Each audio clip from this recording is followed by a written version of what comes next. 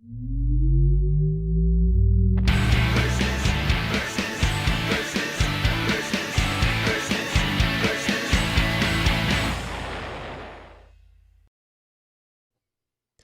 is up, guys? Another episode of Versus. We are back, and it's not just me. No, it's not. We got me and Curtis in the house, the fabulous Baker Boys. Curtis, how you doing tonight, man? I'm doing very well, sir. Happy Friday to you, and happy Friday to all. Dude, happy Friday to you, man. Yes, sir. What have you been up to today? Not much. Pretty much a regular Friday. I'm coming to you live from my new soundstage here. Yeah. It's pretty cold here in Texas, so I moved into the garage. I'm probably gonna make it my home base, but obviously not. I'm redoing my wife's laundry room, and then I'll soundproof it some more and stuff like that. But y'all can see the progression, hopefully. Yeah, normally we're in your glorious backyard patio. Yeah, which is it's awesome. freaking cold here in Texas. So Hey, tilt your I'm gonna go full screen. You tilt that camera down a little bit because you're shorter than I am. Look at that. There you go. Now we're doing it. There you go. Perfect. Hey, you don't want to be taller than me, dude. There you go. Awesome. Well, sweet, man. Well, dude, we're gonna get into it. We're gonna get into a little bit of that says other news. This is supposed to. We will talk about other news. We will Don't talk worry, about other guys. news. First, we're gonna talk about news. What's the best kind of news? News. News. Yeah, we got 7 going in the chat right now. I guess that's what happens. Yes, news. And all right. So okay, sweet. We're getting all. We've had so many bugs today. It took us an hour to get on here. So now we're just chilling. We're gonna have a good time tonight. We got news, but we're gonna start with some sad news. First things first. Bob Saget died this week. What a terrible tragedy. One of the funniest guys ever. Like, we all grew up with this guy. He's America's dad. Like, we all grew up with this guy, and Full House was great. It was great to watch that. But then we get a little older and we see him in Half Baked, and he was hysterical in that because we never knew that he could talk like that, you know. And then next thing you know, if you caught any of his stand up, it was awesome. He was a host of America's Funniest Home Videos. Bob Saget, dude, one of the greatest. What you got any words about Bob Saget? Curtis? I mean, there's not a lot to say except it's a super sad loss. For me, it's like when Tom Petty died. It was one of those that it just really hit home. Like, I like David Bowie. David Bowie died. It didn't bother me for some reason.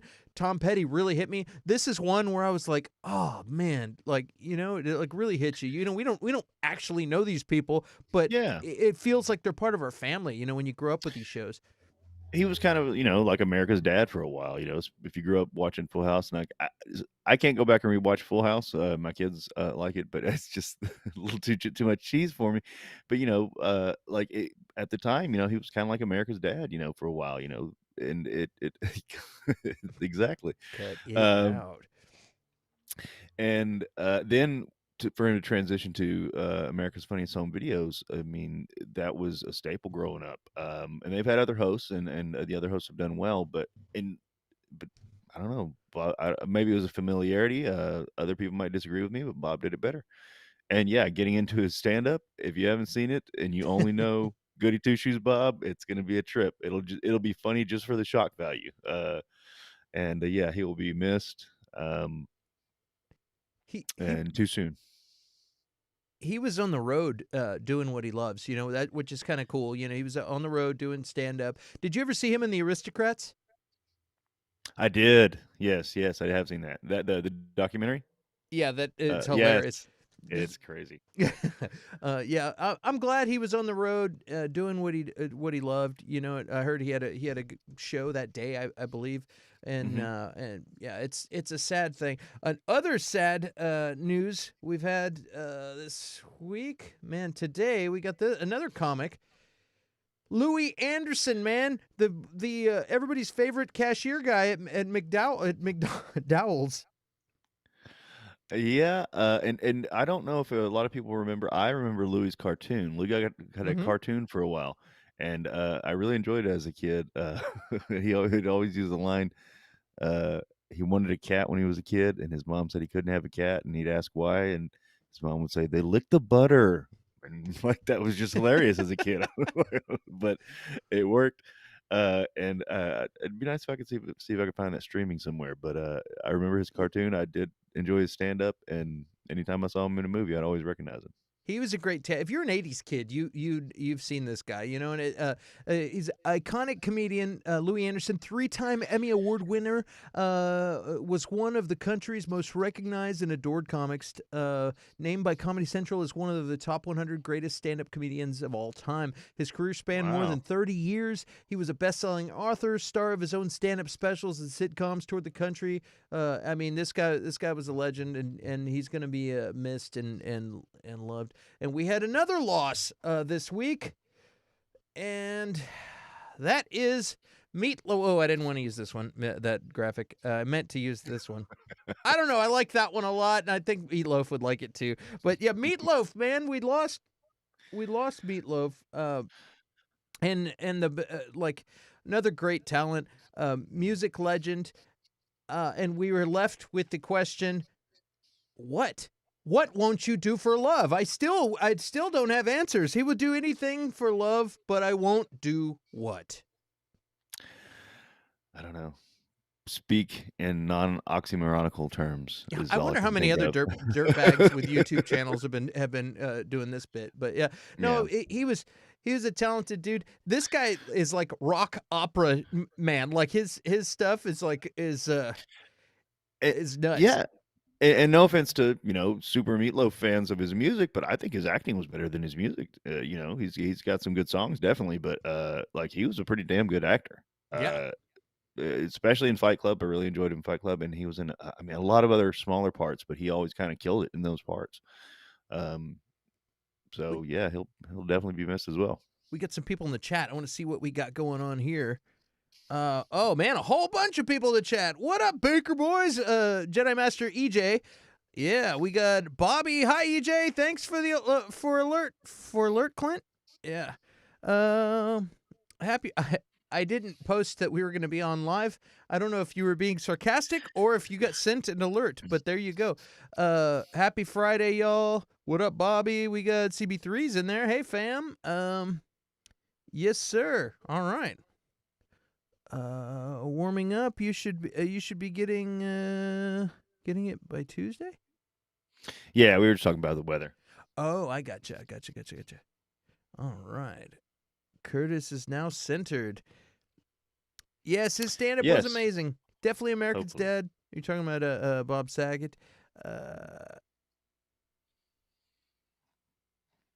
Yes, sir. His cartoon Oh, was hilarious.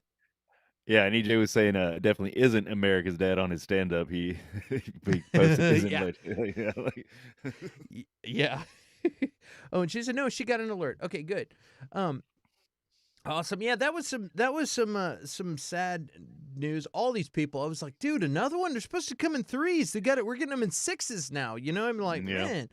Um, And there was an interesting article I was reading a while back. Where this is kind of a new thing since we're the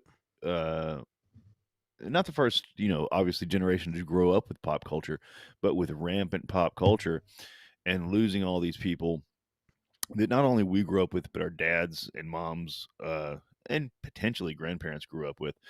But like in the 50s and stuff, when widespread media came, so it seems like it's going to hit so much harder because all of these people of those generations are dying off, and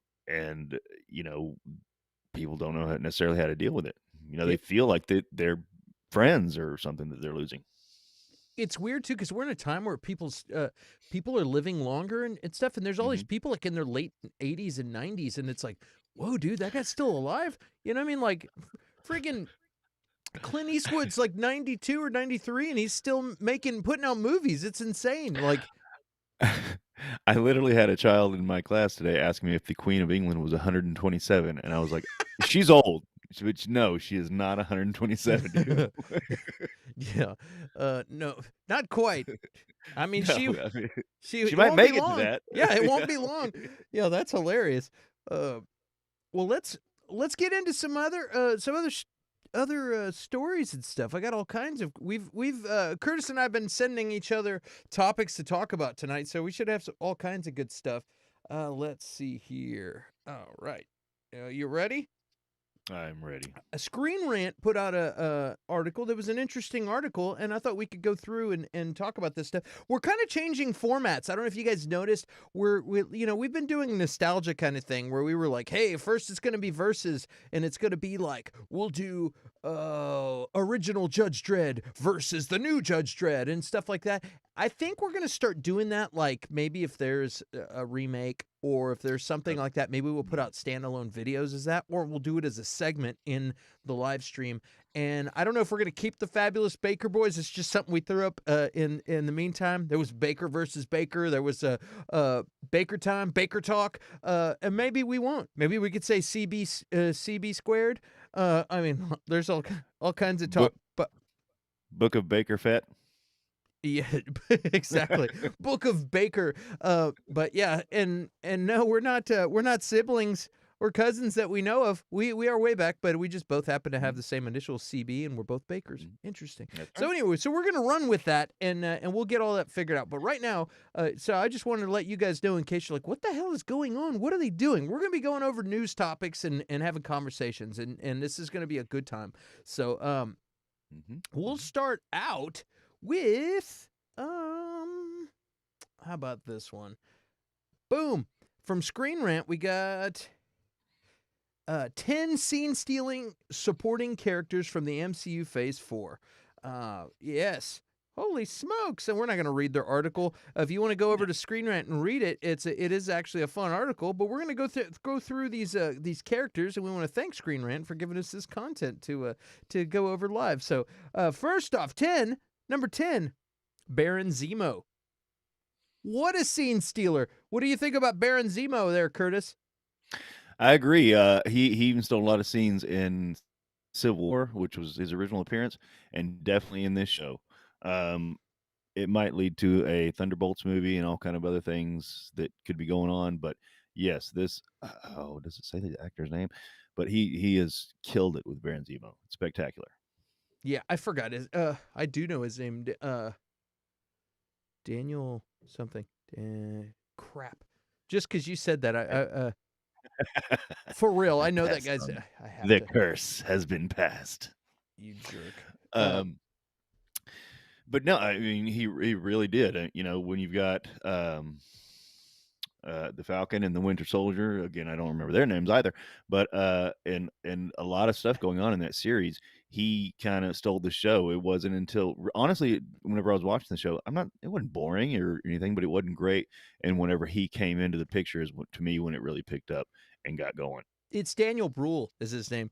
Daniel Bruhl. Okay. Yeah, he's fantastic, dude. That guy, like, and he really did steal the show with that. I like watching that. I just wanted him to be in every episode. Like as soon as he popped in, I want to see more of him. And I wish he'd get his own show. Like he's really good. And you don't want him to win because he's a bad guy, but at the same time, he's so charismatic. Like you just want him to keep. I do though. Maybe I'm a weirdo. I'm always like, dude, dark side. I always want the bad guys to maybe not necessarily win, but dude, I want to watch a lot more of the bad guys. Like Asajj Ventress is one of my favorite Jedis, and she's a Sith. She's one of my favorites. She was, she's Count Dooku's like protege, and Right. And I wanted her to have her own show. I was like, dude, she's the best. Like she's awesome. And it's funny. I like the darker stuff. That's why I'm kind of excited about the Acolyte. They're doing that Acolyte series, which is supposed to give you a darker side of Star Wars, and it's gonna. And I'm like, cool. Let's make a show about the bad guys, about the dark side. You know, that should be interesting. But yeah, this guy definitely scene stealer and just really put out the charisma and you just loved him. Another good one was Ned. Ned, I don't know. Like for definitely Ned is definitely a scene stealer, but for the top 10, even of Phase 4, which to me Phase 4 is very weak right now. And I'm a giant Marvel fan. You can look at my tattoos and see. But like Ned's a great character. He's a great the actor does it well. He does steal scenes, but for top 10, we'll talk about it once we get down the line because there's some that are that should be on here that are not. Yeah. We got Raj in the chat. Yes, Welcome, Raj. sir. Let's see here. Uh, what's up, Raj? How you doing, bud? Well, I kind of think Ned is just a weird sidekick like Wong, and For it's like sure. you don't really think of him as like the like as I don't think of him as a scene stealer, but he really did in No Way Home. He was pretty funny. Like there was a lot of scenes and a Yeah. lot of things in No Way Home that really that I feel like he really did bring it home a lot. And but on that note too, Wong's coming up, and even though it's just been cameos, he's becoming much of a more interesting character. And I don't necessarily know if I would put him on this list, but he's coming up strong. I don't even remember if he's on this list down the No, down no, he's down not. the list. He's not. He should be. I think I before agree. Ned, Yeah. like Ned had a really good spoiler alert, really good parts where talking with his mom, and there was a couple of fun things there. But I don't know. I don't know if I agree with this one. I'm with you, dude. Yeah. Let's go down. Dude, this this manservant, was like he was the best, dude. Yes, He was I the Alfred of the Eternals. Like he I was agree with this he one. was awesome. Yeah, he was really good and really like you wouldn't think of it. It's almost like it reminds me of like Marcus Brody on Indiana Jones, where they're Mhm. like you'll never find him. He knows people in every town. He's been all blah blah blah. You remember in Indiana Jones and Yeah. and he's like bumbling this dude bumbling around and and it's like Marcus Brody, like I don't know, it's just funny, and he's not smooth, Yeah. at all, and that's the kind of gave me the feeling with this guy. He's like an older dude. He's just kind of in there. He's a nice guy, and then Mhm. he Around also super powered being, yeah, he's like around all these superheroes and stuff, and then he like even like he like hits it home with the morals and like the moral right. message and like and then it's like it was a pleasure to have served you and spent time with you, and he like leaves and it's like, dude, that guy put a lump in my throat, and he's like Mhm. the doofus character that shouldn't like I don't know. But It he humanized the group. I mean, he really yeah. did. Yeah, like I think well, Kingu and Karun as like they both stole the show, but yeah, definitely like Karun was made to be a side character, and he just was not. Yeah. Yeah, He should get his own damn show he was awesome, dude. He was one of my favorite things about that movie, to be honest. Like, for sure. yeah, he was so good. Well, let's see. Let's keep going. Monica Rambeau, I agree with this one. That actress, she has a lot of gravitas and like she really kicked ass in that role. And go ahead. Were you gonna say something else? I was just gonna say she was great, and Yeah. I like that the character that she's playing could Mhm. go on to be a one of the main like leaders of the Avengers, like Spectrum, you know what I mean? Right. So which is pretty cool because I thought that this actress compared to other actors that are in the MCU, like she's relatively unknown, but she like brought it. Like she's got Really. just as much confidence and strength Yeah. as Chris Evans or She Helmsworth or any of these other people that are big dogs in this universe. So yeah, that was it. yeah, she looked like she was supposed to be there. Like she, and she was like, and uh, She was there. like, yeah, that's yeah, exactly.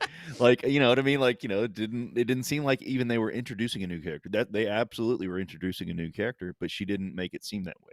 Um, like her, but her supporting role, like I wasn't.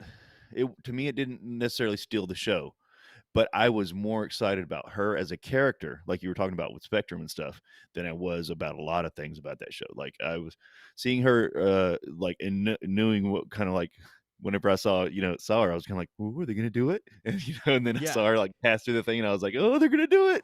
Like When she passed through that force field, like, or yeah. through that barrier, like, Hmm. and like really got in there, I was like, yeah, dude, I got pumped up, and I don't even really know, I don't really know much about Spectrum. It's not one of my characters that I really know Right. much about, but I was like, I was looking her up, you know what I mean? I was like, Yeah. I want to know more.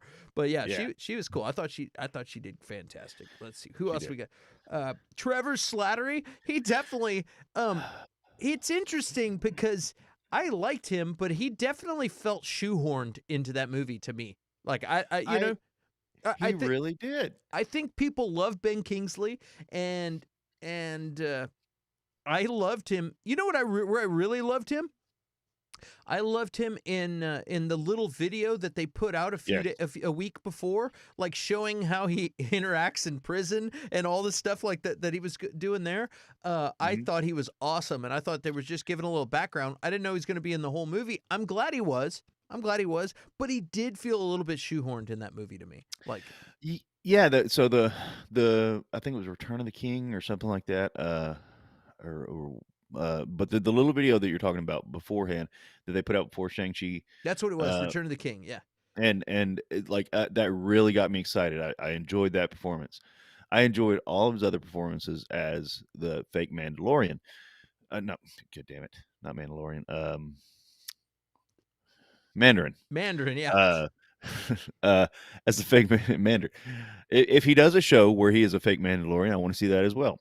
Now, that being said, yeah, he was definitely. I felt like he was shoehorned in as well, and it turned his like character who was funny by circumstance into this goofball like slapstick character, and I didn't like that.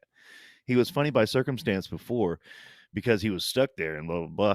And of course, you can say the same for for his role in Shang-Chi, but he just got goofier and goofier, and I didn't like that. So I don't agree with this one. He would not be Yeah. on this list for me. All right, I can back you.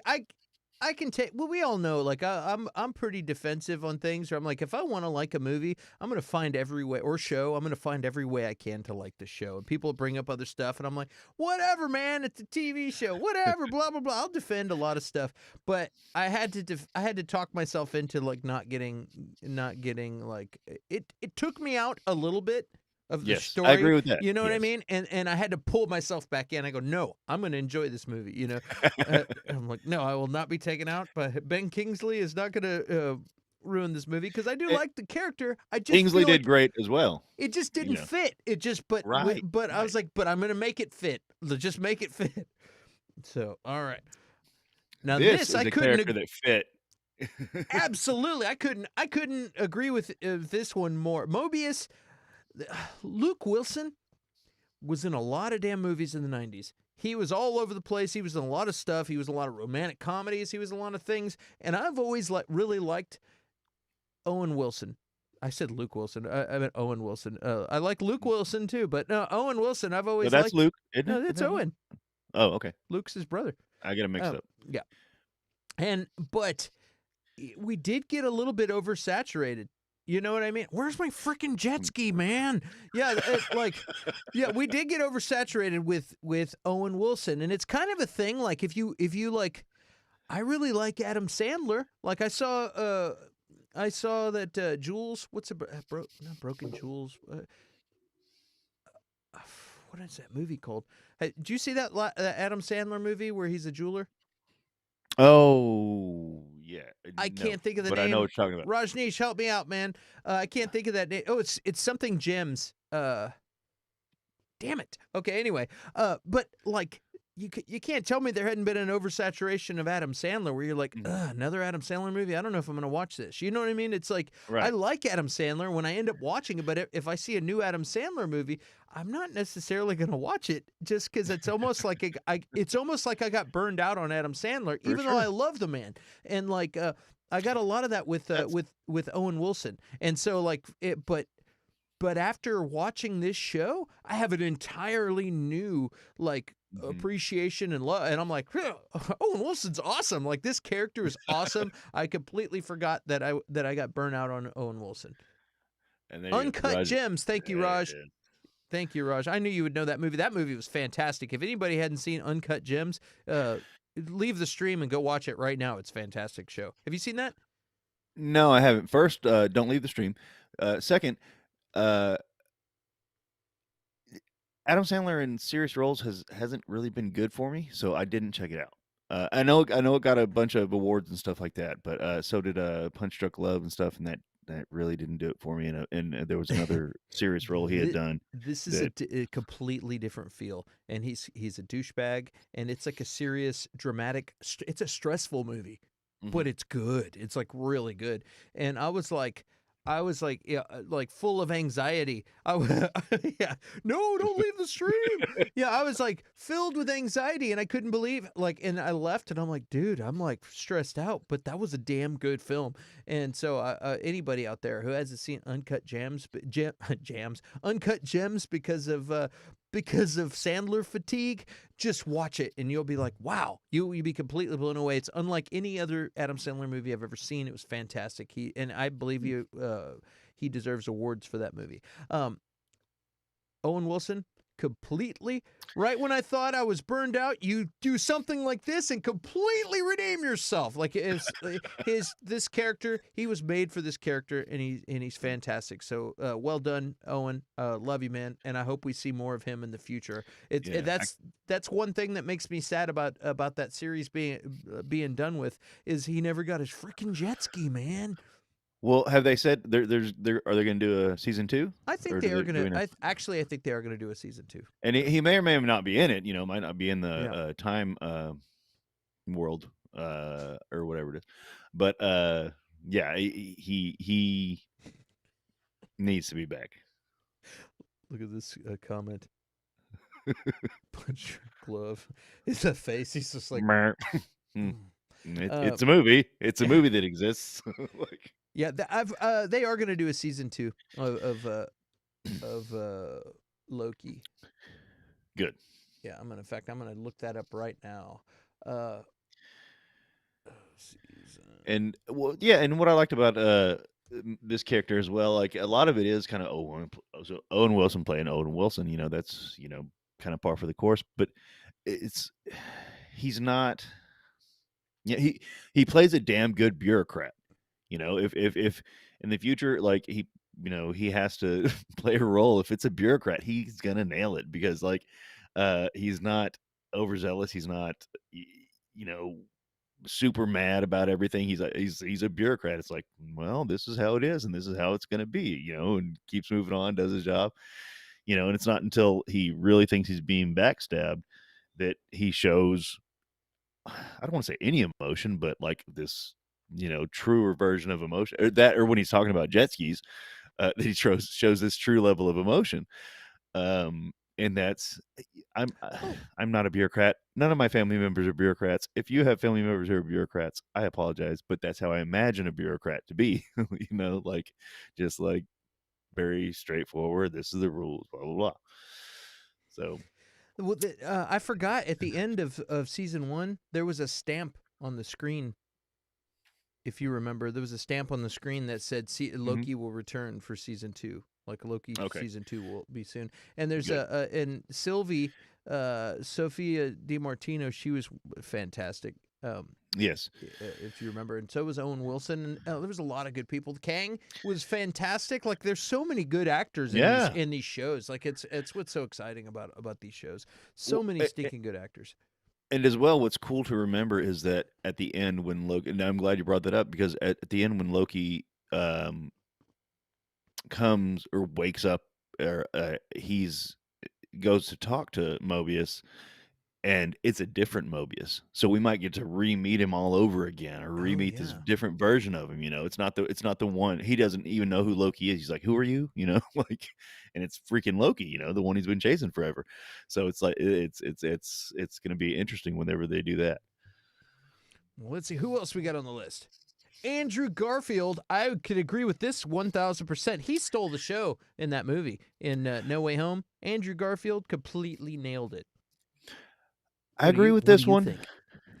I agree. If you take into consideration, if you'd have polled people, including us, Mhm. we could go back and dig up footage of us talking about it, where we're like, he was the least favorite of Yeah. the Oh, three for sure. Spider-Men. Yeah. You know what I mean? And now I Yeah. feel like he might be he's, to some people, he's the favorite. You know, like.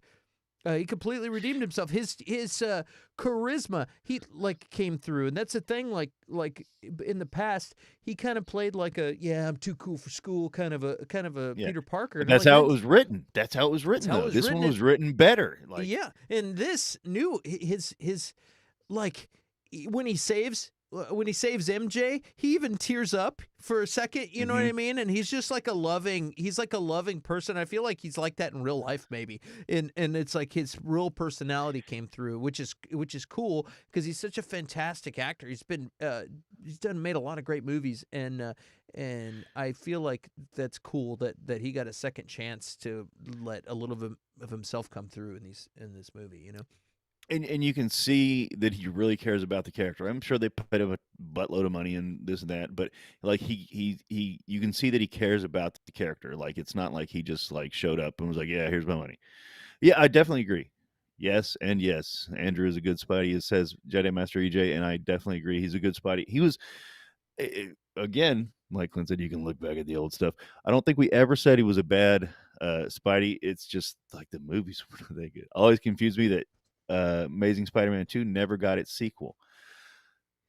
Um, well, Yeah. that's like right when they made the deal with Marvel. So that we talked about that a little bit. Like right when they made the deal with Marvel, and then the bad reception for Amazing Spider-Man 2, which it was I'll still say it was not a good movie, but that like No Way Home redeemed it. So now give it that sequel. Like I want a multiverse, and give Andrew a sequel. Give Toby a sequel. Like we can do this. Like he's a big enough Spider-Man's a big enough. Give Miles Morales a movie. Like it's Yeah. not something that can't happen. Like you can make it happen, Sony. Just have Marvel involved or somebody that's good at writing and don't fuck it up. Like, Here's what I've got a here's how you do it, guys. It's just don't fuck it up. That's how you do it. That's how you do it. I'm gonna tell you how to make these new ones. Uh, look, that's like what I tell my buddy Phil. I'm like, dude, here's the secret. When you're making music, Mhm. just make quality. Like Oh. if you wanna hit, you wanna write a hit, you need quality. Just write quality lyrics, and then Mhm. like when you're recording, do quality takes, Mhm. write quality parts, Mhm. and if you're trying to get guitar tones and stuff, just go for quality. As long as you got quality, dude, you're set. And that's the secret to making a hit song. So guys, make quality. That's what I say. It sounds crazy, but it kinda makes sense. I mean, it's true, quality. What's crazy about that? And oh That yeah. was the joke, Clint. That was the joke right there, but you kinda missed it a little bit. Yeah, you got to make quality. Quality. Did you hear that? Yeah. Oh, I've been waiting to do that one. Oh, yes, sir. Phil, this one's for you. Quality. All right. Let's see here. What else we got going? How about Agatha Harkness? Holy smokes, Agatha was fantastic. Another tour de force actress right there. She's amazing. What did you think about Agnes in this? Agatha absolutely did steal the show. I would say, honestly, she stole the show even before it was revealed that she was Agatha Harkness. The, doting housewife, with what was it, Rudy or Ro yeah, I think or whatever her husband's name was just great. That character and you knew something was coming with her. Oh yeah. Okay, she kept coming in and out. You knew something was coming with her, uh, and it was great foreshadowing. And then when she fully came out, with the whole theme song and everything, it just worked so well. I think she's getting a standalone series, She is getting a which stand. She Yeah, she is definitely. which she deserves. I agree with this one completely. I don't know if maybe I'd put her at 3. Yeah, okay, Yeah, maybe. she was fantastic. Catherine Hahn, it Yes, just yeah, she's so good. It even like she'd like break the fourth wall and look at the camera and be like, hmm you know what I mean, yeah, and yeah. stuff. And she's so good.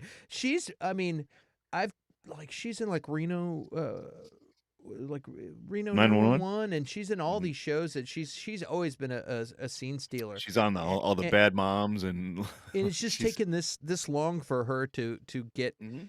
to like a spotlight. It's like she's got a whole foundation of just quality work, being the side person, and she definitely deserves to be in the main spotlight. So I'm super stoked she's getting her own series. For sure, and she could go from comedic to dramatic like that, and it would be seamless, and it would work. That's very hard, I think, for a lot of people to do. Yep, Agatha. Hagatha. Yeah, she was Agnes was the neighbor's name before they said that she was before they Yeah, said she was it was Agatha after all. yeah. Let's see here. What about Katie Chen? Aquafina. Okay, so with this one, I don't know. You know how I feel about Shang-Chi. I did enjoy it more on the second watch through. Um, some people really loved her in this, or really love her in general, or really loved her in this. Some people did not like her, like hated her guts. I was indifferent, kind of overall. I think that the them together was a good combination. And she ended up saving the fucking. I guess so, because Yeah. she saved the day. Shang-Chi didn't save the day. She killed the damn dragon. People Uh, are people are like, "Oh, she learned how to use a bow in 5 minutes." I'm like, "Dude, come well, on, man." I guess that's her special power. Like, get over it. But uh, I would definitely would not put her at number 2. She might be on this list for me, because she did make the movie more enjoyable. But honestly, I might put his sister over this, because his sister was kind of a badass in that movie. His sister was a Uh, badass. yeah. So yeah, I'm really not sure about this. I'm still not sure how I feel about Shang-Chi. It's like PTSD with me and Shang-Chi. I just like I can't. I don't know. Like, I don't know how I feel. How do you feel? I like Aquafina a lot. I Mhm. think she's cool. Do you know she's a rapper? I've heard so I've heard that, but there's a lot of negative things about her, um, because of that, and because of her black scent. Oh People yeah. I so mean, I'm not. I mean, I don't want to get into that. I don't. yeah, we don't People feel need how they feel, but I'm just saying, like, you know, I was completely indifferent. She was fine. people need to But get over that anyway. Like I'm not you gonna get into it, but the girl is like in New York City, and it's part of the part of. I mean, there's a lot of people. You could say we'll go old school. A third base. Remember that rap group? Is that old school enough? I mhm. mean, there's so many like people that that have a black scent. That Mhm. somebody giving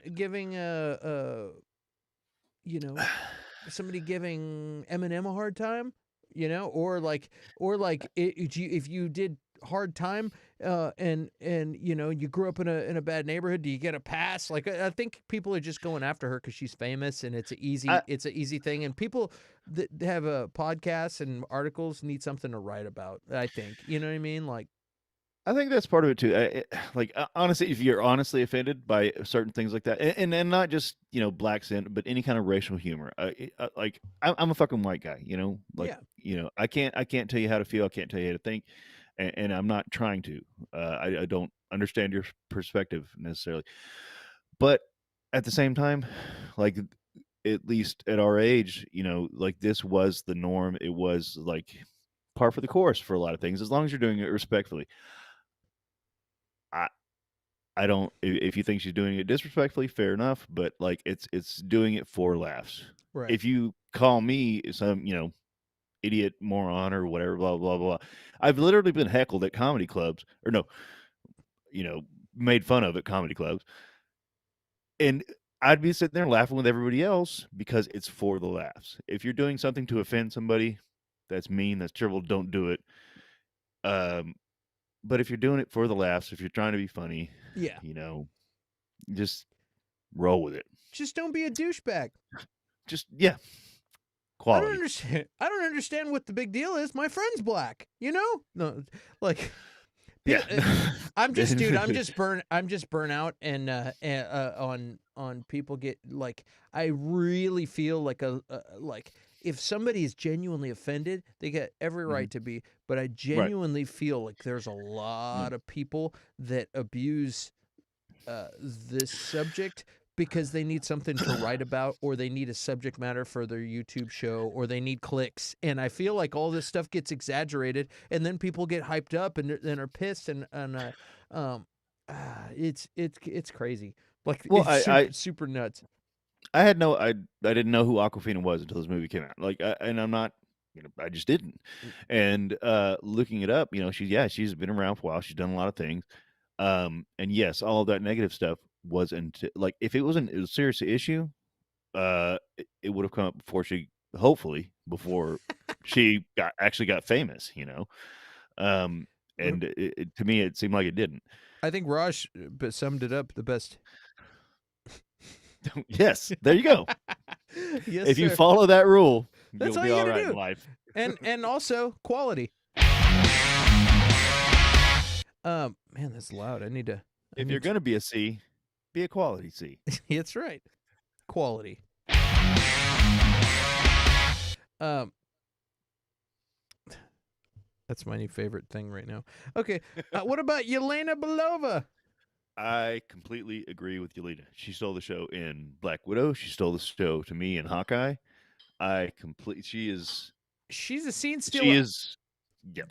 You know what I watched? I I almost said, you know what I went to bed watching last night, but that sounds weird.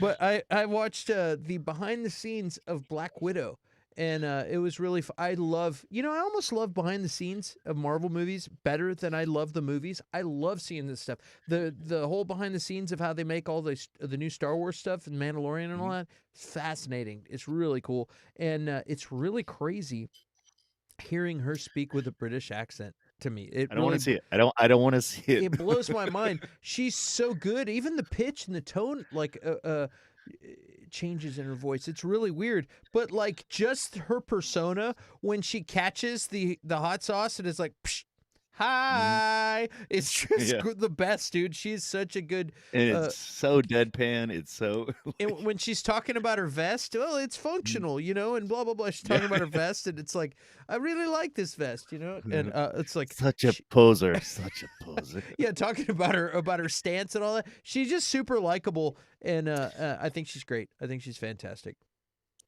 Yeah, to me, she's the new Black Widow. Honestly, I really enjoyed Scarlett Johansson as Widow, but this girl just is such a more dynamic character. And I can't wait. Oh, wait a minute. Oh, we got some Raj dirt here. says Raj is talking smack. oh, snappity dap. Oh, I hated her. Her trying to be funny in Hawkeye was so annoying. I actually shouted "shut up" at the screen when she made the mac and cheese comment. Ugh.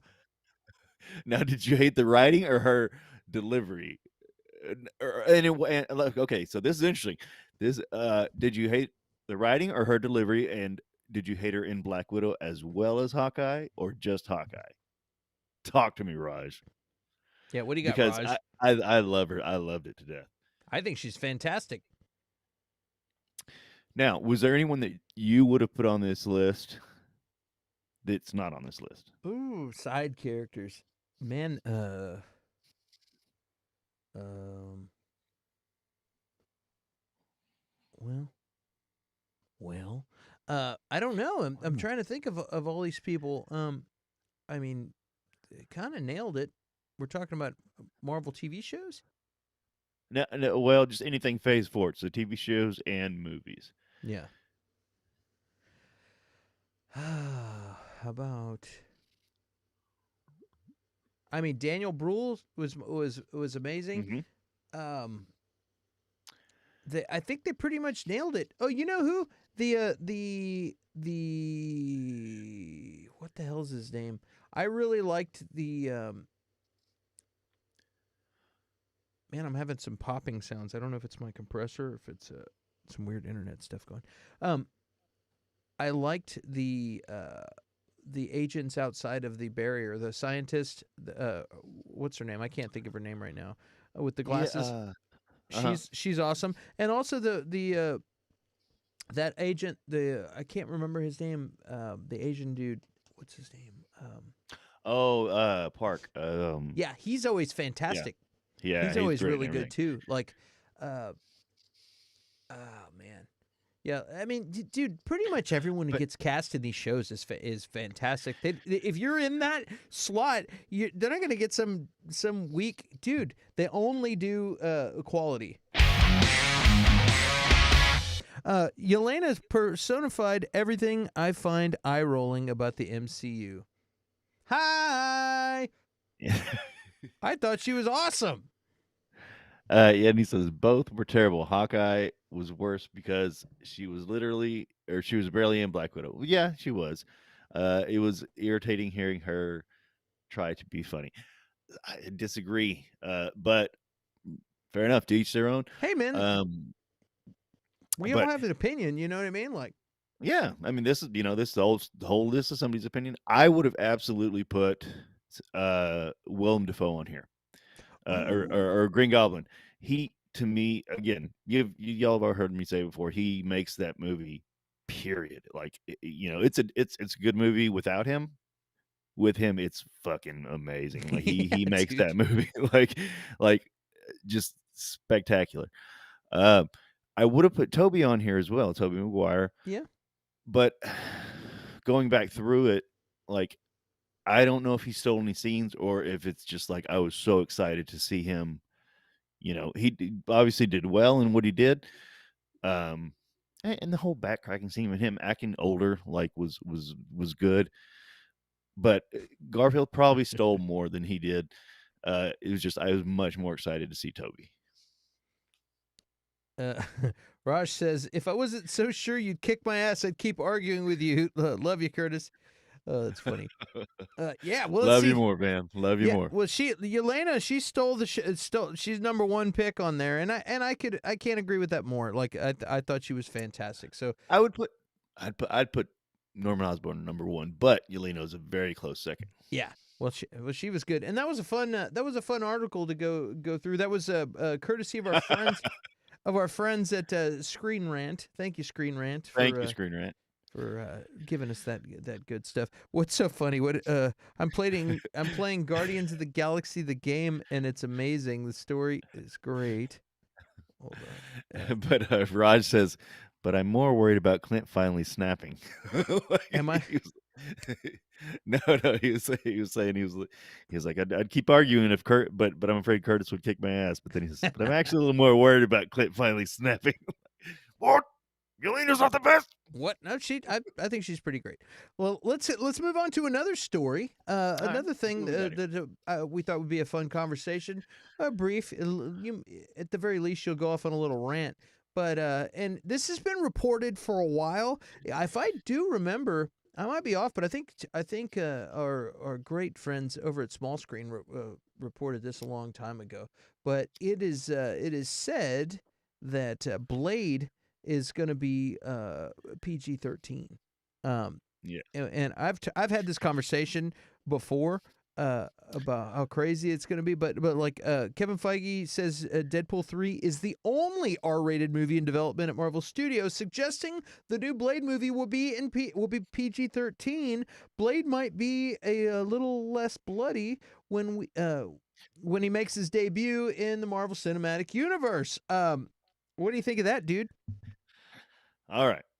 Yeah, what do you think of So that? Because this, and we've had this conversation, and yes, there's also been talk about like if you look at the like Christian Bale Batman and stuff, they never showed any blood. It was super violent, but they never actually show blood. But this is a vampire show with a dude with a samurai yes. sword. So go run with it, Curtis.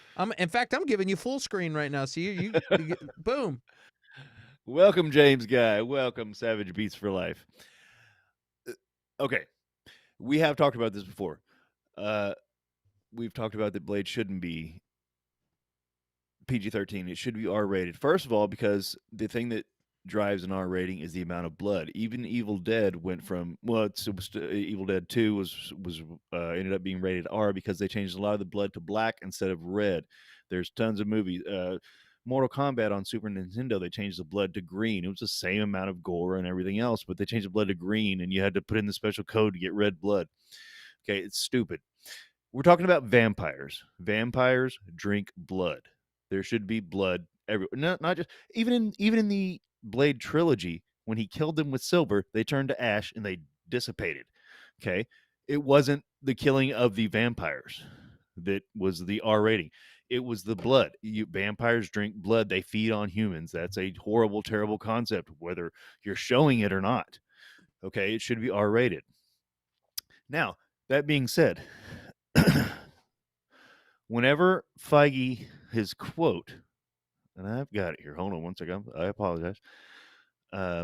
He says, I think we target everything we're doing now for kids and adults. So I think your question is more adult or R rated. You know, other than Deadpool, which has already established itself as a certain genre and a certain rating that we've already said we would not mess with when we start working with Deadpool, which we have.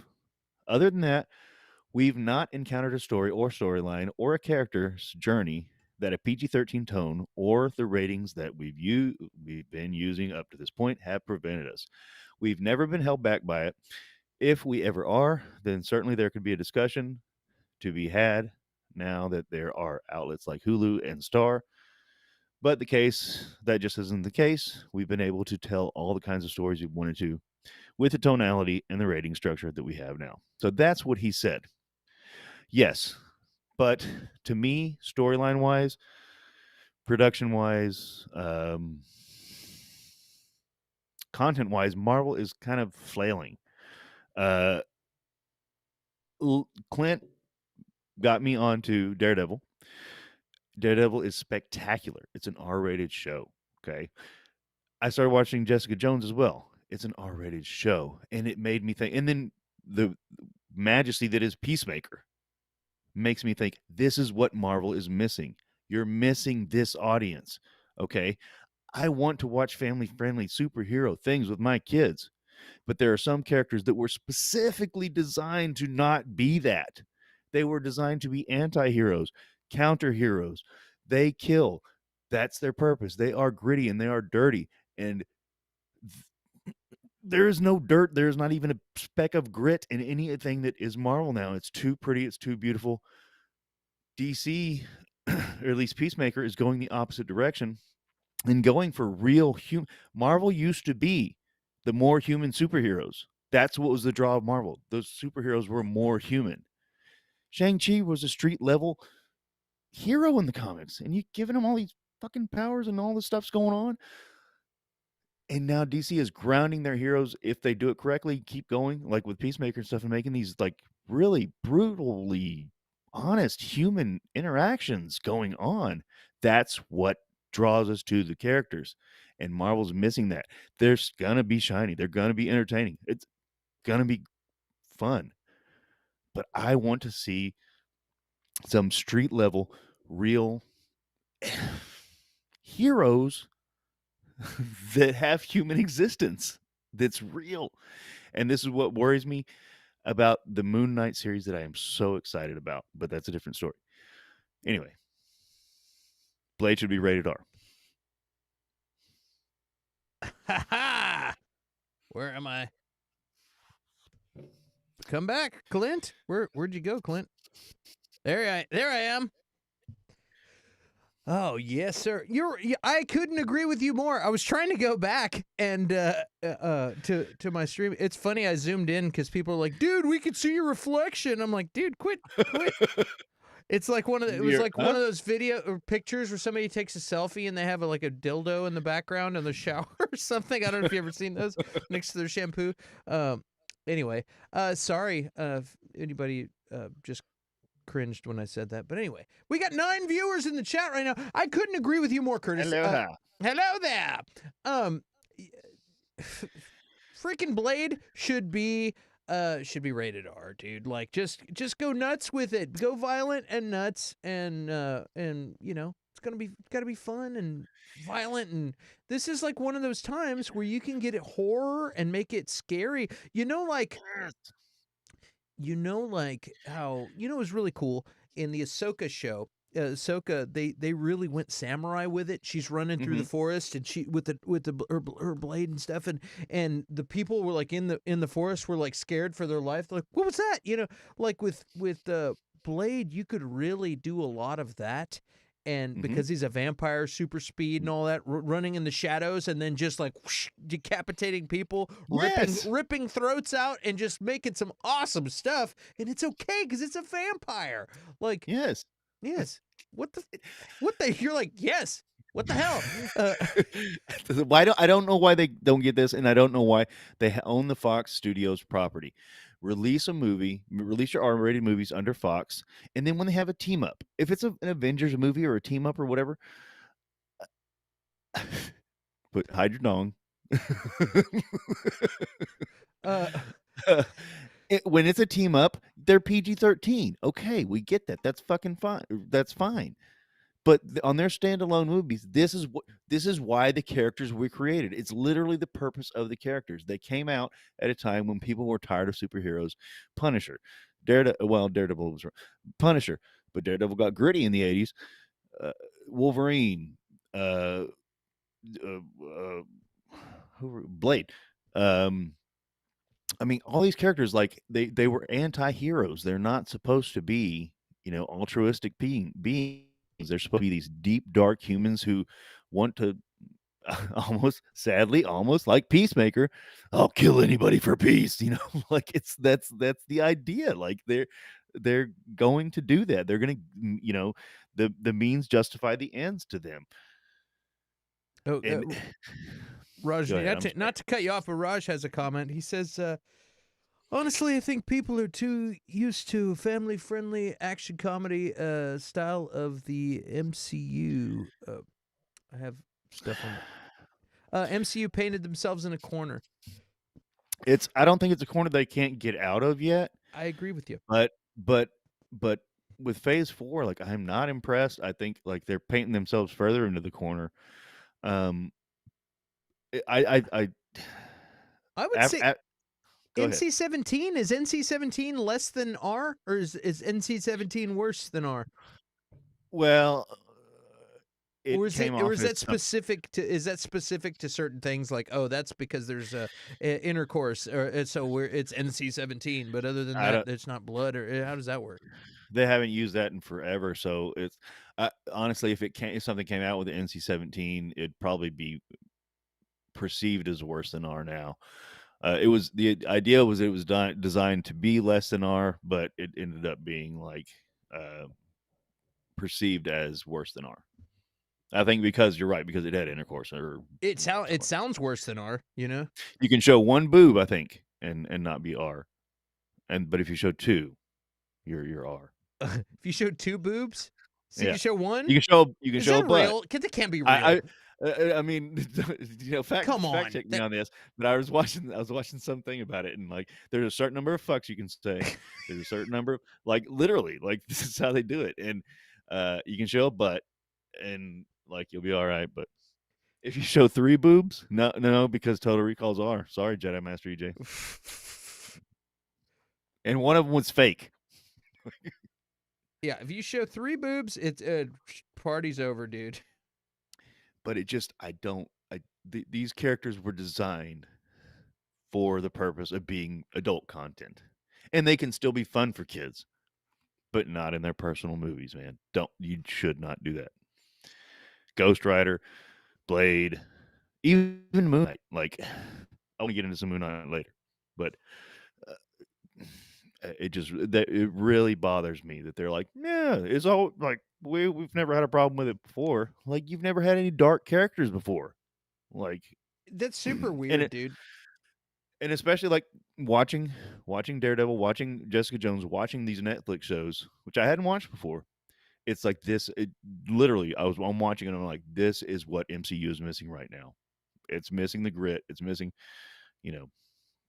Side boob with Clint and Curtis. Dum dum dum dum I dum dum dum. Raj, I am totally down. Here's some side boob. That's good side boob. Here's another side boob. That's gonna be what we're gonna call the show Nip Slip.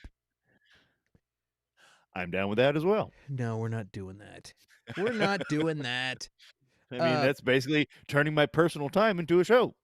So, yeah, well, let's okay now. Well, let's get into the next interesting thing. And this isn't even entertainment, but we've entertainment-based news, but we've spent so much time talking about Terminator and other things that I just thought this was interesting, an interesting topic. And it is boom. Elon Musk's Neuralink took one step closer to implanting chips into human brains. What?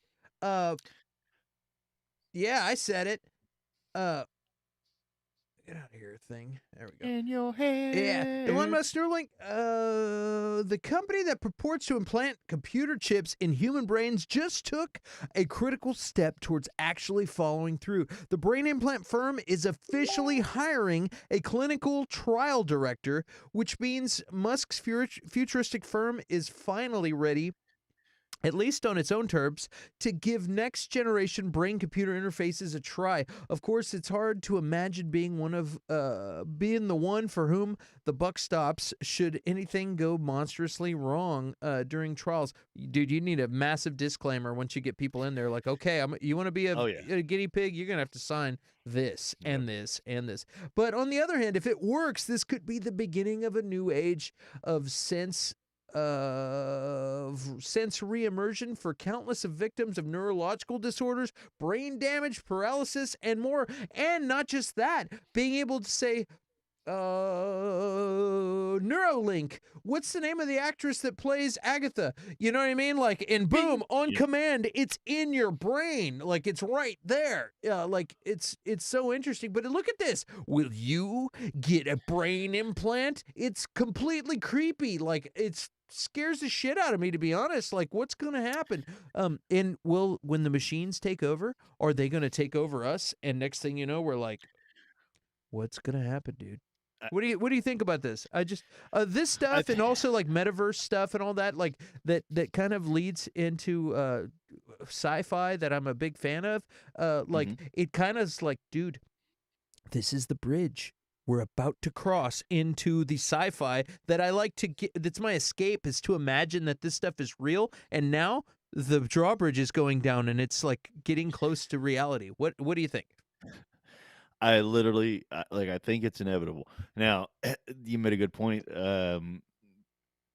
Since I think it's inevitable, like that'd be a good, new Terminator remake where they don't even have to do anything; they just turn the chips off or whatever. Like, but the, uh, people's connectivity is only going to increase. And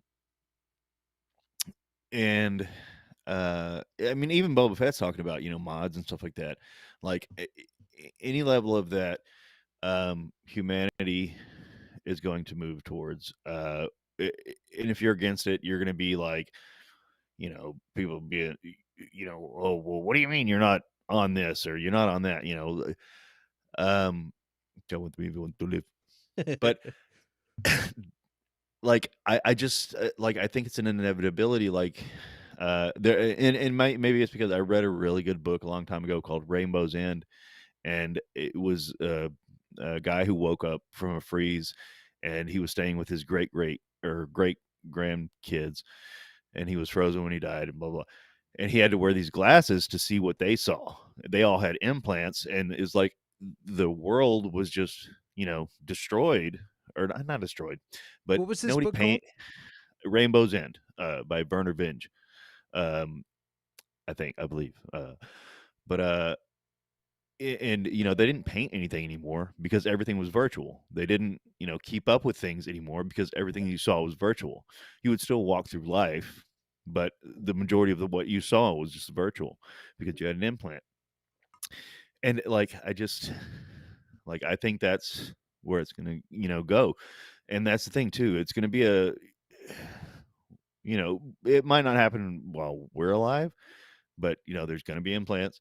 And then at what age, and stuff like that. If and in the article they talked about they already have it, there are great potentials to it. Like you can uh, the robotic limbs that they have now.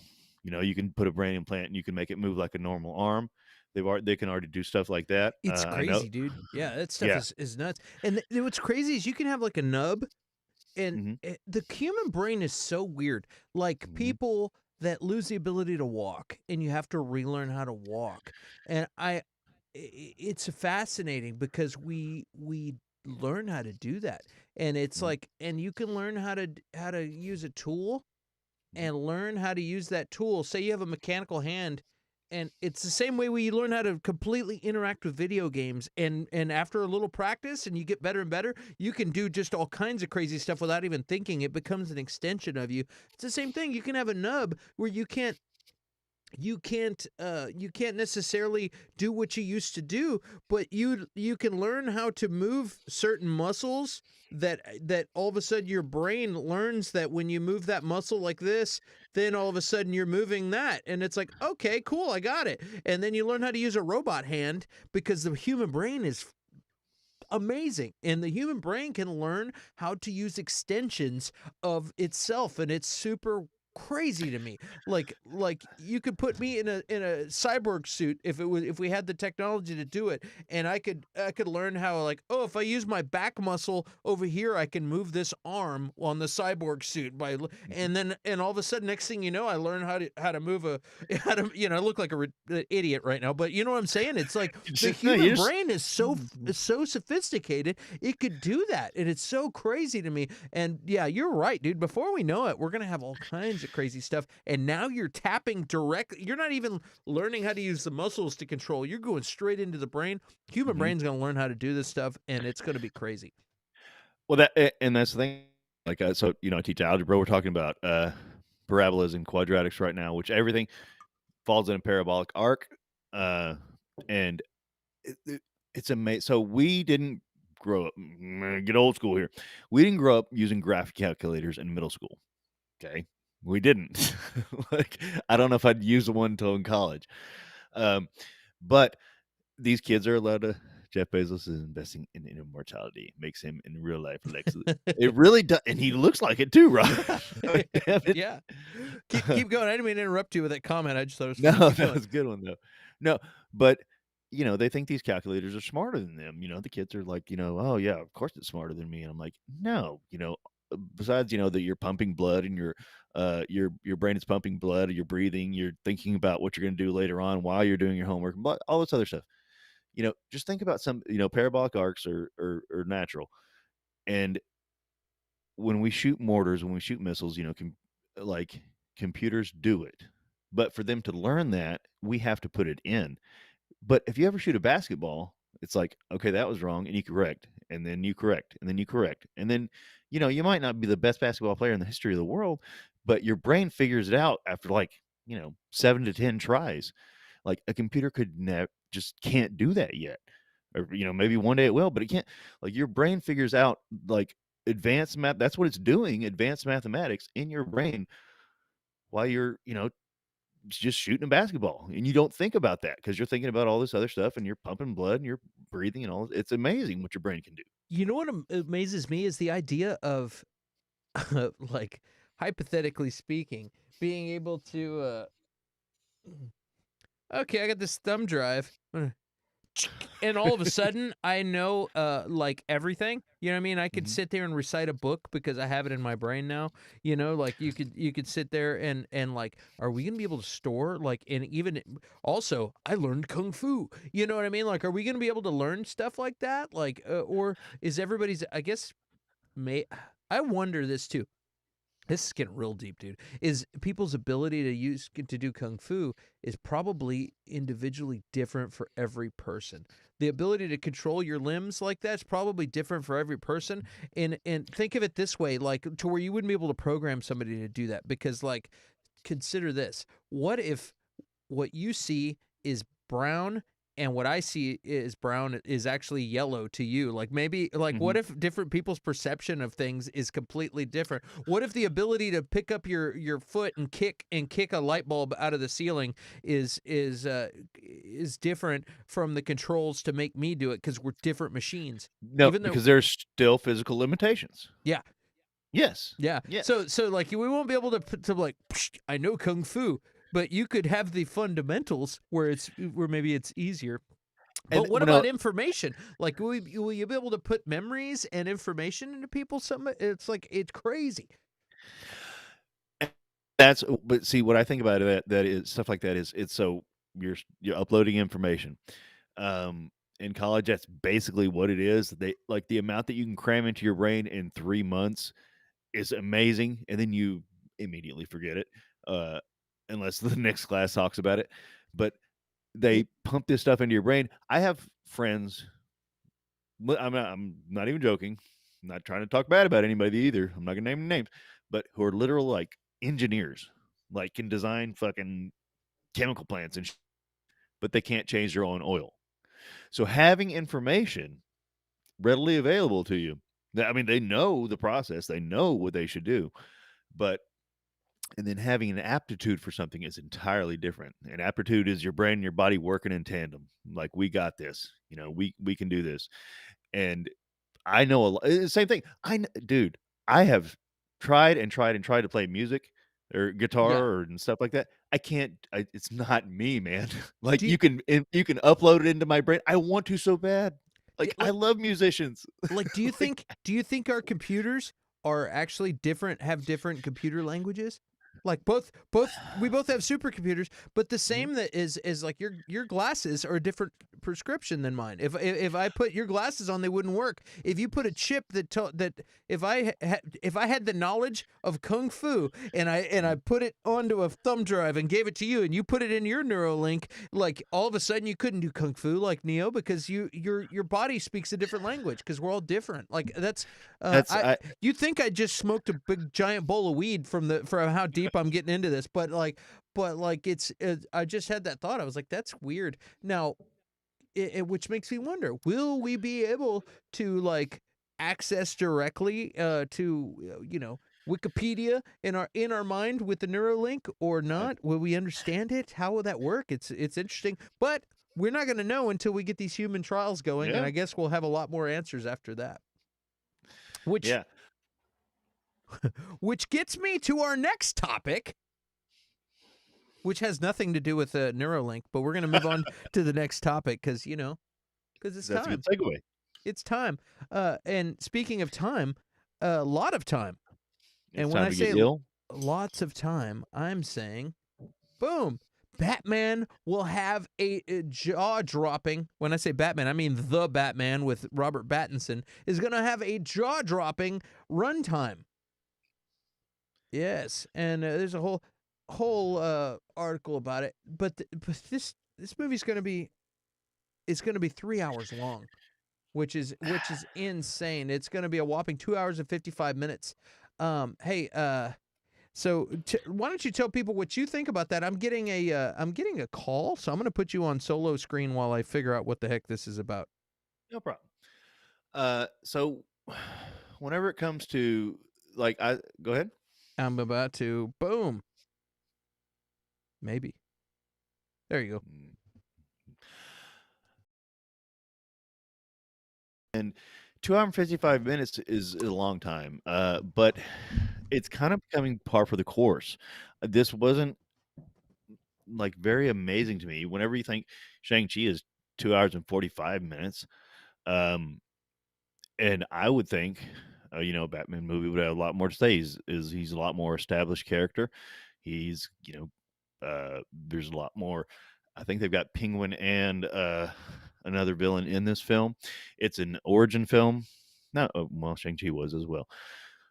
But it's kind of becoming that's the way it is. Instead of releasing 2 movies, if they're not sure about a new property, they're just going to release a longer, initial property. I think that's kind of becoming the thing. People are getting used to binging TV shows, so they're used to sitting and watching for several hours at a time. Um, depending on the movie, I'm fine with it. Like there's certain movies that are 2 hours and 2.5 hours, and it seems like it went by like nothing. And there's certain movies who like No Way Home was about 2.5 hours, 2 hours and 45 minutes. It seemed like it was nothing. And there's some movies that just seem like, oh my god, when is this movie going to end? So it all depends on the character of the movie. Um, this new Batman looks like it's gonna be one of the ones where you don't notice the runtime. But honestly, with the last slate of superhero movies we've gotten, man, 2 hours and 55 minutes is not an incredibly long time. Yeah, it's nothing. Honestly, after Endgame, especially. I'm sure you just said that, but yeah. Let's see. The 2-hour movie limit the WB are going. We're doing. Did them no favors.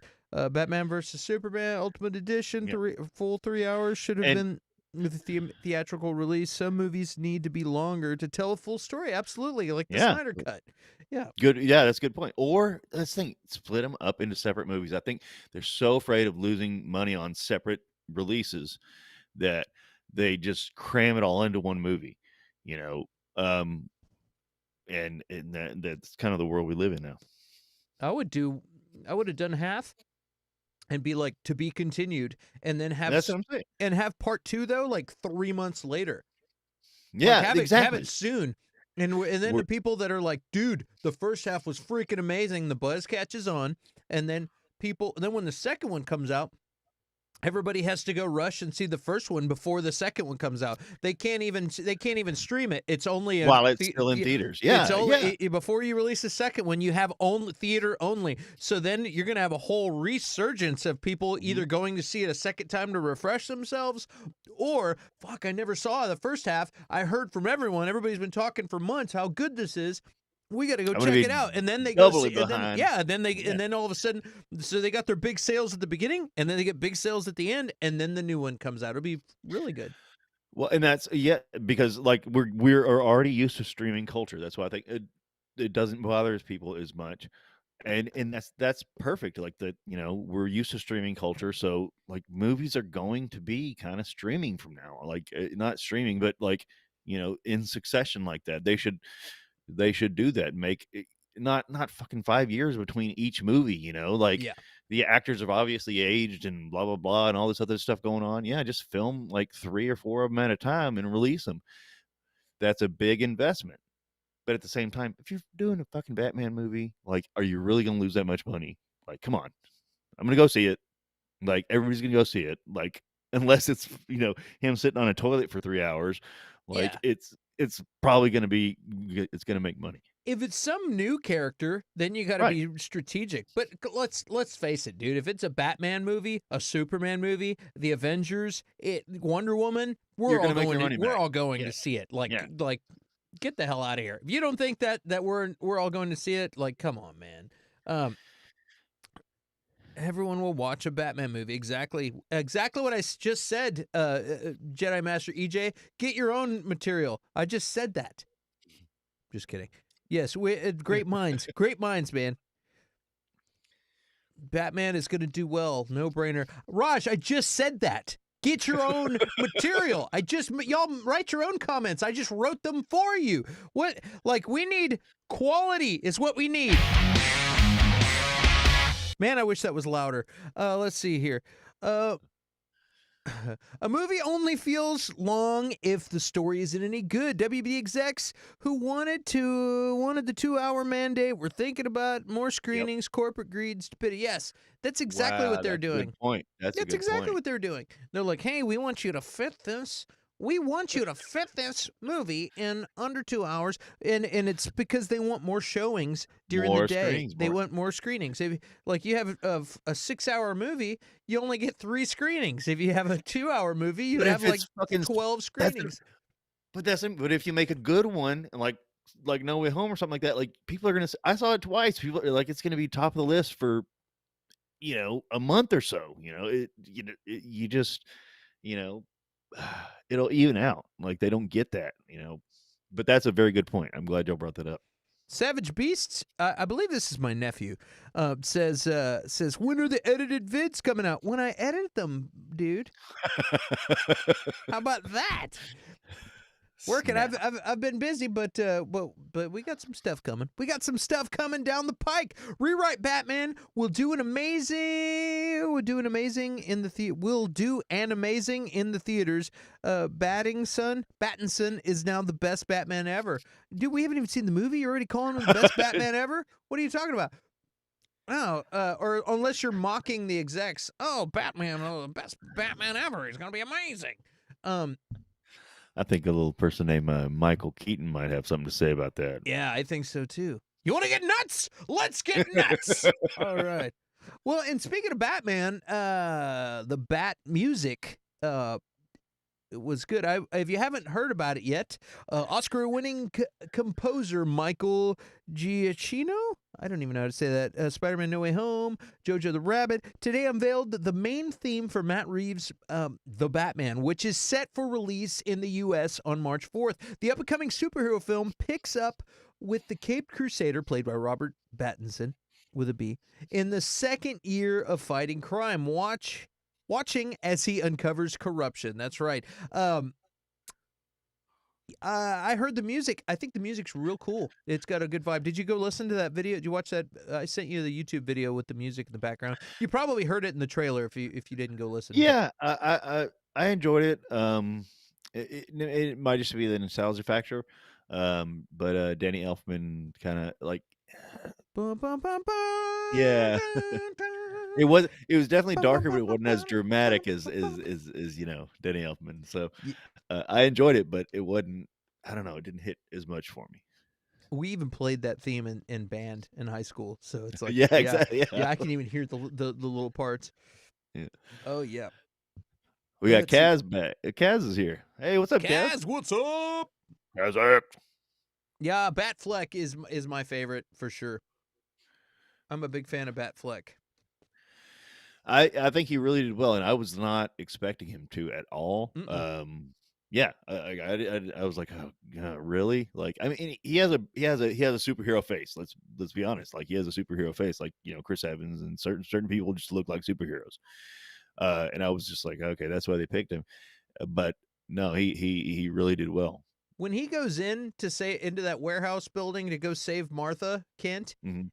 he just kills everyone in that, and he's just awesome. Like I love that. I'm like, dude, when I saw that, I was like, I nearly ripped the arms off of my movie theater seat. Just, I was like, dude, I was so excited, and I was like, dude, this is the best Batman ever.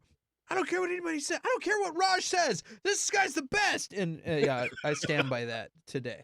Still, I still stand by that. Yes. Well. Yelena is a damn annoying. Fuck off, Kaz. How about that? Bam. Wait.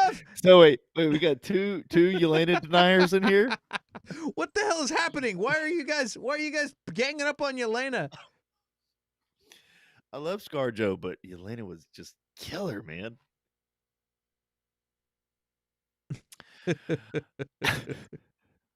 Oh man. We're not even getting. I'm not even getting into this with you guys right now. I'm not even fucking talking about this.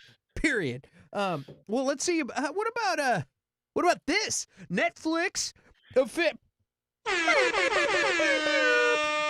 officially confirmed Squid Game Season 2. While all signs have been pointing to the news for a long time, Netflix CEO Ted Sarandos has officially confirmed that Season 2 of Hwang Dong-hyuk's breakthrough series Squid Game is on the way. Did you know this, Curtis? And are you excited? Did you watch the first Squid Game? I absolutely watched the first Squid Game, and I did not know this, but I very much expected it. Like, I mean, come on, it's the biggest, was the most watched show in the history of Netflix. Like, it's coming, and they even set it up at the end. I'm not going to spoil anything, but they set it up at the end to where there could be a sequel. So this doesn't surprise me a bit. I'm glad they finally confirmed it. I just hope it doesn't ruin the first. Hope Yeah. We want quality here. Yes, we do. We want quality. And anytime that word is said, that's going to happen. No, like look, the deal is, you want to know how much Squid Game cost? It cost $21.4 million to make that show. And Oh, well. the last time I checked, which is before somebody else told me a different stat, was that it was worth $900 million. That's the last time Yeah. I read an article about that. It was worth $900 million. And I talked to somebody else that says now they're saying it's worth over $1 billion. So it went for $21 million, $21.4 million to produce this show. And it is kind of low budget. It's cool and awesome, But but it works well with it. Yeah. but it works. Yeah, it works. Yeah. And it's gone from 21.4 million to 1 billion. Of course there's a season 2. There's no surprise. Of course there's a season 2. It's raining money. It's like Netflix is like, woo! They're like, yes, we're finally making our money back that we spent on Knives Out, which there's a Knives Out season 2 was announced, but I don't care enough about that show to. I haven't even watched. Is season 1 out? I didn't It's even not a know that. season; it's a movie. Daniel Craig. No, I've seen the movie. Yeah, okay. Yeah, okay. yeah. They bought the rights to that. Ryan Johnson wrote it. They spent like $900 million on that, and so that they bumped Daniel Craig into the top bracket as the top paid actor in like in the world. And also Ryan Johnson who a lot of people think that he screwed up Star Wars. He is super rich now too, because Netflix in the streaming wars, which I've done some videos you can check on this channel, this YouTube channel. I've done some videos about the streaming wars, how all of these streaming channels are just fighting to get content and just coughing up money. They're like, cool, you've got a freaking Amazon. It's got Lord of the Rings. They bought MGM. You got Netflix is like, oh shit, we'll just give Ryan Johnson $900 million and let's see what he does. And they buy Knives Out. Nobody cared about Knives Out that much. You know what I mean? It was a good movie. It's a good movie, but I mean, don't want to come on. You're It's gonna Clue. we're gonna get two more. Yeah, you're gonna get 2 more Knives Out. Do you think that's worth $1 billion? I don't think so. Maybe I'm crazy. Maybe there's going to be all kinds of spin-offs, but that just seems insane to me. But they've done that. They bought all kinds of stuff, and everyone is jumping on. They're like, cool, what are we going to get? Well, crap, Disney's got Marvel. They've got Star Wars. They've got Pixar. And Disney. What do we have? Paramount. What do we got? We got Star Trek. Okay. We got Paramount Plus, got Star Trek, and what else we got? And then poor sad Peacock sitting over there just they're like, we got SNL. We got Halloween Kills. Anybody wants a Halloween Kills? Anybody? Damn good movie. Go see it. It's damn good. But I think Paramount Plus, I think they gave like $900 million to the South Park, to Matt and and Trace. Oh wow. Yeah, from South Park. I think, and they have like 10 years and like 7 South Park movies. They have like a whole bunch of stuff in this contract. It's like insane. I'm like, how did those guys been around for decades, and now they just got an extra $900 million on top of what they've already made? Like, how the hell did they do that? Like, it's insane. And here's the thing too, is that they're going to put all this money into this old stuff, nostalgia stuff, or Knives Out, which is new and not nostalgia and good, but like, come on. And then something like Squid Games is going to come along and just fucking knock it out of the water. Like, we want new. Like, I don't understand why America doesn't get this. Like, we love our old stuff. You know what? I still watch this. Fell asleep watching The Simpsons last night. I'm probably going to fall asleep watching The Simpsons tonight. But like, I fall asleep watching it. Like, I want something. When something grabs me, something new, some new idea, like, it's amazing. Like, and seeing something like that, even if it is from another culture, like, usually it is, because it's stuff that I hadn't thought about, and they think about things differently than I do. But regardless, like, we want new ideas, but they don't want to invest in new ideas because they know people will pay for this. it's gonna hopefully it'll come to this tipping point where they're like, people will pay for this, and then the new outweighs the old, and we change the paradigm again. Like it's got to be like that. Well, I think it's going to get to the point where they bought all the stuff. Like they're like, cool, we're out of properties. Everybody's like coughed up their money, and there's going to be like three.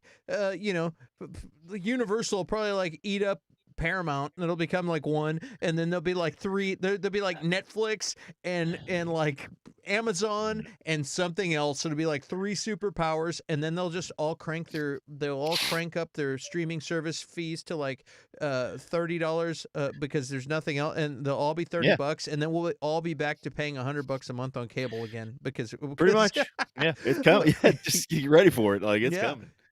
Yeah, it's and so, especially when they can implant that chip right into your brain, and you can just watch it without a TV. Man, dude, you could watch all of Ozark instantly. Like you don't even have to watch it. It's like instantly you've seen it. It's like, oh, it's so good. Oh man, that's great. Oh, it's so good. Was that a segue I just did? Oh, Ozark season 4. What?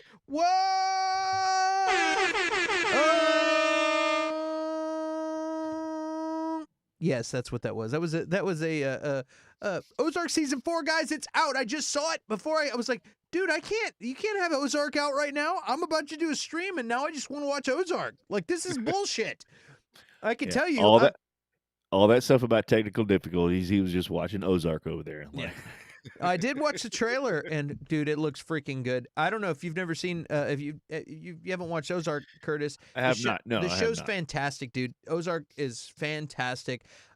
It's a money guy, a numbers guy, accountant type of a dude. He basically, the cartel gets him and says, "Okay, dude, we need you to help us launder money." He's like, "No, I don't really want to do that." "Well, if you don't do that, we're going to kill your family."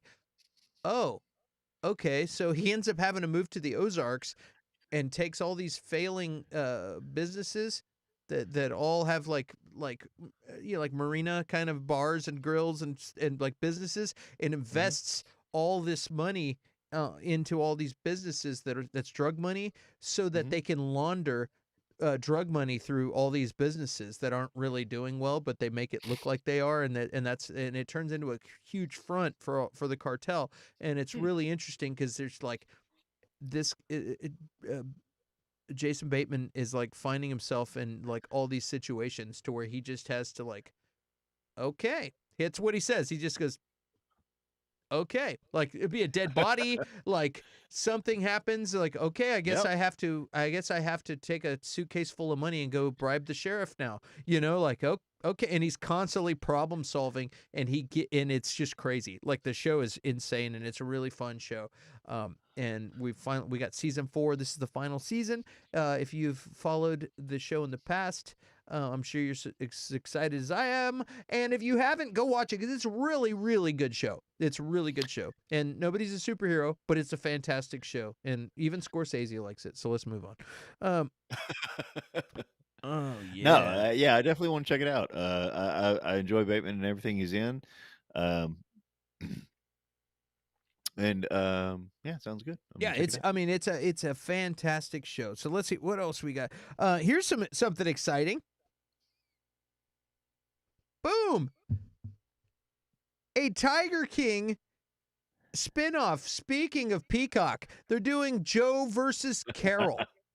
So this is what Peacock's got. Everybody's buying up those IPs. Yeah. Like, what the hell? Like, oh, we're gonna do now. Kate McKinnon is awesome. I love her in anything she does. She's fantastic. I don't know this guy, but like, this is crazy to me. Let's see. Peacock unveiled the premiere date and first teaser for its take on Tiger King, the 8-episode scripted series Joe versus Carol, on Friday. This morning was actually the first time we got the title too, as well as the first look at the stars John Cameron Mitchell, and Kate McKinnon as Joe Exotic and Carol Baskin. Yeah, I'm excited. This is based on the reality show that we all fell in love with and binged, and then it was a mass hysteria for about a week, and then all of a sudden we moved on to Bird Box, and then we forgot about Bird Box, and then here we are. So I'm excited to watch that. It's just because Kate McKinnon's really talented, and I think her take on that will be pretty hilarious. And yeah, what do you think? Are you going to watch this Well, show? I don't know if this is one of the shows. I don't know if I'm actually going to watch this show or if I'll just catch a little of it. It might draw me in. I don't know. What do you think? so I never watched Tiger King. Everybody I know told me to watch it. I never got around to watching it. But at the same time, like Peacock's like, hey, remember that reality show or like documentary show that you watched? That was on No, Netflix. yeah, like a year or two ago. Well, we're gonna make a scripted version of that. That's kind of maybe true-ish, kind of. I don't know. Like we all know reality shows are like or even a real documentary isn't true to life. Uh, but like that's their solution. They're like, nah, we'll make a TV show about it. Like, and it's like, well, why don't I just watch it on Netflix? You shut up! Hey, shut up! And just watch it on our channel. Like, I don't understand. They're like Um, crap, dude. Netflix got Knives Out. We were gonna buy that. What do we do now? I don't know. Let's Tiger King. Let's get him back. Like I don't know. Yeah, I don't know about buy that. that IP. Buy that IP. It's like when they have like one of those true crime shows, and then they do reenactments in the show. This is gonna be Yeah. like a reenactment of Yes, the reality show. exactly. Like what the fuck is going on? Like, hey, you know what? Maybe they could make a scripted like Bowling for Columbine show or like some other like that's what I mean. Like, what are you Yeah. even doing here? Like, That I is heard- true. Jedi Master EJ says, I heard Nick Cage was going to play Tiger King at one point. They were going to do that on another network. And I'm like, so we got two different reality show spin-off shows, and one of them was going to be Nick Cage playing Tiger King. Wow. Now, I would actually go see that in the theater. Nick Cage playing Tiger King? I'm in, That's dude. a different story, like that's Totally completely different story. Like, I'm in for that. Yeah. Yeah. Oh, boy. But like, I mean, I just don't understand, like, or like making a murder, like make a sitcom of that, or like, a scripted show of that. Like, okay, do it. Like, but why? Like, when you can watch the real deal, or like, I don't get it. It's like the reverse of what you were saying. You were saying that you enjoy, like the documentaries of the making Oh, I of love it. before. Yeah. And that I'm getting to the point where I'm kind of on the same board with you, but it's like I don't like that's going from fake to real.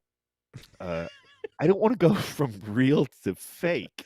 I Dude, mean, yeah. like once you like Dude, if you liked guys, if you like Tiger King, wait till you see the scripted version of Tiger King. It's going to be incredible.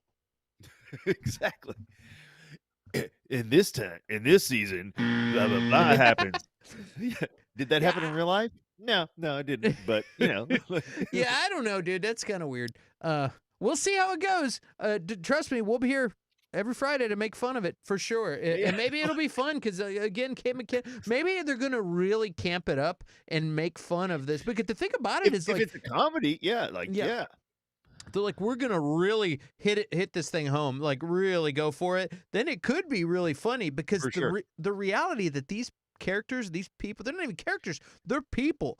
Like the fact that they're real is what was so like it was why you couldn't turn away from the show. It was like they were so over the top and fucking weird. Like it was such a crazy. It was a train wreck. You just couldn't stop watching. I watched that show. I sat down and started watching that show, and I watched the entire season in one sitting. Like I got up to get, I think I might have made popcorn or got a sandwich or something, but like I watched the whole show and was up all night and because he made a popcorn sandwich, people. I He made a did, and I popcorn could sandwich. not stop. I couldn't stop watching. And the popcorn was the bread, and I had pepperonis as the meat, and it was a little sandwich. It was That actually excellent. sounds good. Yeah, that sounds- popcorn meat.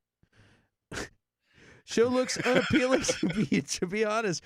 We've seen story on Netflix already. It's a cash. Of course, it's a cash grab. But if it's like a mockumentary or something, that could be it. Like some kind of weird mockumentary. Yeah. Season 6. If they take it off into Crazy Town, it'll be good. Yeah. It could be good. Season 6, Carol Baskin finally confesses to feeding her husband to the tigers. And that's what we all think really happened. So we'll see how that goes. Let's move on. In other news, oh yeah, it's over here. In other news, we got, bam! Tom Cruise's Mission Impossible 7 and 8 have been delayed until 2023. That's right. Holy smokes, folks. Paramount Pictures and Skydance said the 7th and 8th installments of Mission Impossible franchise would be delayed due to lingering pandemic. And yet, Untitled Mission Impossible 7 is now scheduled to arrive in theaters on July 14th, 2023. Holy smokes. And I don't even know if I'll be alive then. And Mission Impossible 8 is set for June 28th, 2024. This marks the latest pandemic-related postponement for the franchise's 7th installment. It's the most recent release date was May 27th, 2027. Dude, this is ridiculous. Like, we're getting like, Mission Impossible scheduled to release in 2027. Not really, but it's insane, dude. Like, poor Tom Cruise too, especially after the tantrum that he threw. Like, this is crap. We are gonna wear masks, and he, like, I don't know if you ever watched that video, but he ripped. Heard the audio. He ripped the crew a new asshole, and here he is having to push this production back still. I mean, this one, this to me, this is good for America. Any Tom Cruise movie delayed is good for me. You hate Tom Cruise. I forgot. I forgot you don't like Tom Cruise. Here's what I'm thinking though. Like, dude, clearly they don't want to lose money. Right now we have an Omicron flare up, and they're like, holy crap. But they missed the window because we had No Way Home. Spider-Man just broke records, just made $1 billion movie, and without China. Without China. China is usually a big chunk of money. They did it without China. They're like, No Way Home just completely destroyed. And then right after that, you have the 355 go into theaters. And at that point, we have a flare up. And at that point, the movie was not that great anyway, but still, it was Jessica Chastain. She's great. We had Sebastian Stan's in it. He's great, and like, to just flop like it did, but we have Omicron, and it got me thinking. I'm like wondering, did Spider-Man No Way Home cause the Omicron flare-up? Like everyone went to the movies, and then Omicron went. Like, if everybody had stayed home, if Spider-Man hadn't come out, would the Omicron be as prevalent as it is? It's just a theory. I don't know. I don't know. It's just a thought. I was like, wait a minute. No Way Home does super well, has $1 billion movie. Omicron kicks in. All of a sudden. The next movie, the big movie that came out, completely flops. All of a sudden, Mission Impossible says, fuck that. We're not putting our movie out. Like, I don't know, man. It's just a theory. I don't really think that well, I mean, no, it could. I mean, the whole country went to see that movie, like, at the same time. I mean, it kind of makes sense. I went and saw it twice. Yeah. Yeah, like, it kind of makes sense. And I was just kind of kidding at first, but like, man, could be. I don't know. They could put out shirts that said Spider-Man gave me COVID, and like, people would buy them and be like, "Yep, that was me." Yeah. Dude, why did you give my idea away? I was starting to print. Yeah. Like, but honestly, like, delaying it till 2023 because we know the summer's going to pick back up. We know once it gets warmer and stuff, like, it's we don't know. Okay, I'm not a fucking biologist. I'm not a doctor, but yeah. It's going to pick up. It's going to get better. The wintertime, and when everybody's inside and stuff, is whenever it gets the worst. To delay it for a whole nother year, though, like, it sounds like production issues as well. It's probably people dealing with Tom Cruise. But, I hate Tom Cruise, so that's a little biased. Yeah, quit, man. Quit picking on Tom. Like, I mean, who knows, dude? Like, I think, well, with all these shutdowns with Omicron, you know what, dude?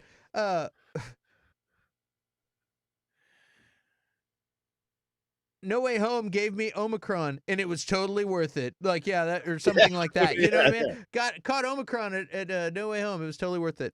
With a yeah, exactly. yeah, yeah, dude, I think it's a flare up. Everybody had to go home, and if it's anything like Picard, the Picard has been filming, and they completely shut that production down because like 20 people Yeah, caught better Omicron, be and so they safe all went for home. sure. Yeah, it is better to Like, be safe. It's not worth risking if anything. So yeah, man, if it's a good movie, it's gonna be a good movie regardless of when it comes out. Like, and any video game fan out there knows, like, or is definitely used to this. It's like, oh, this game's coming out next year, and then like 3 years later, the fucking game actually comes yeah, out.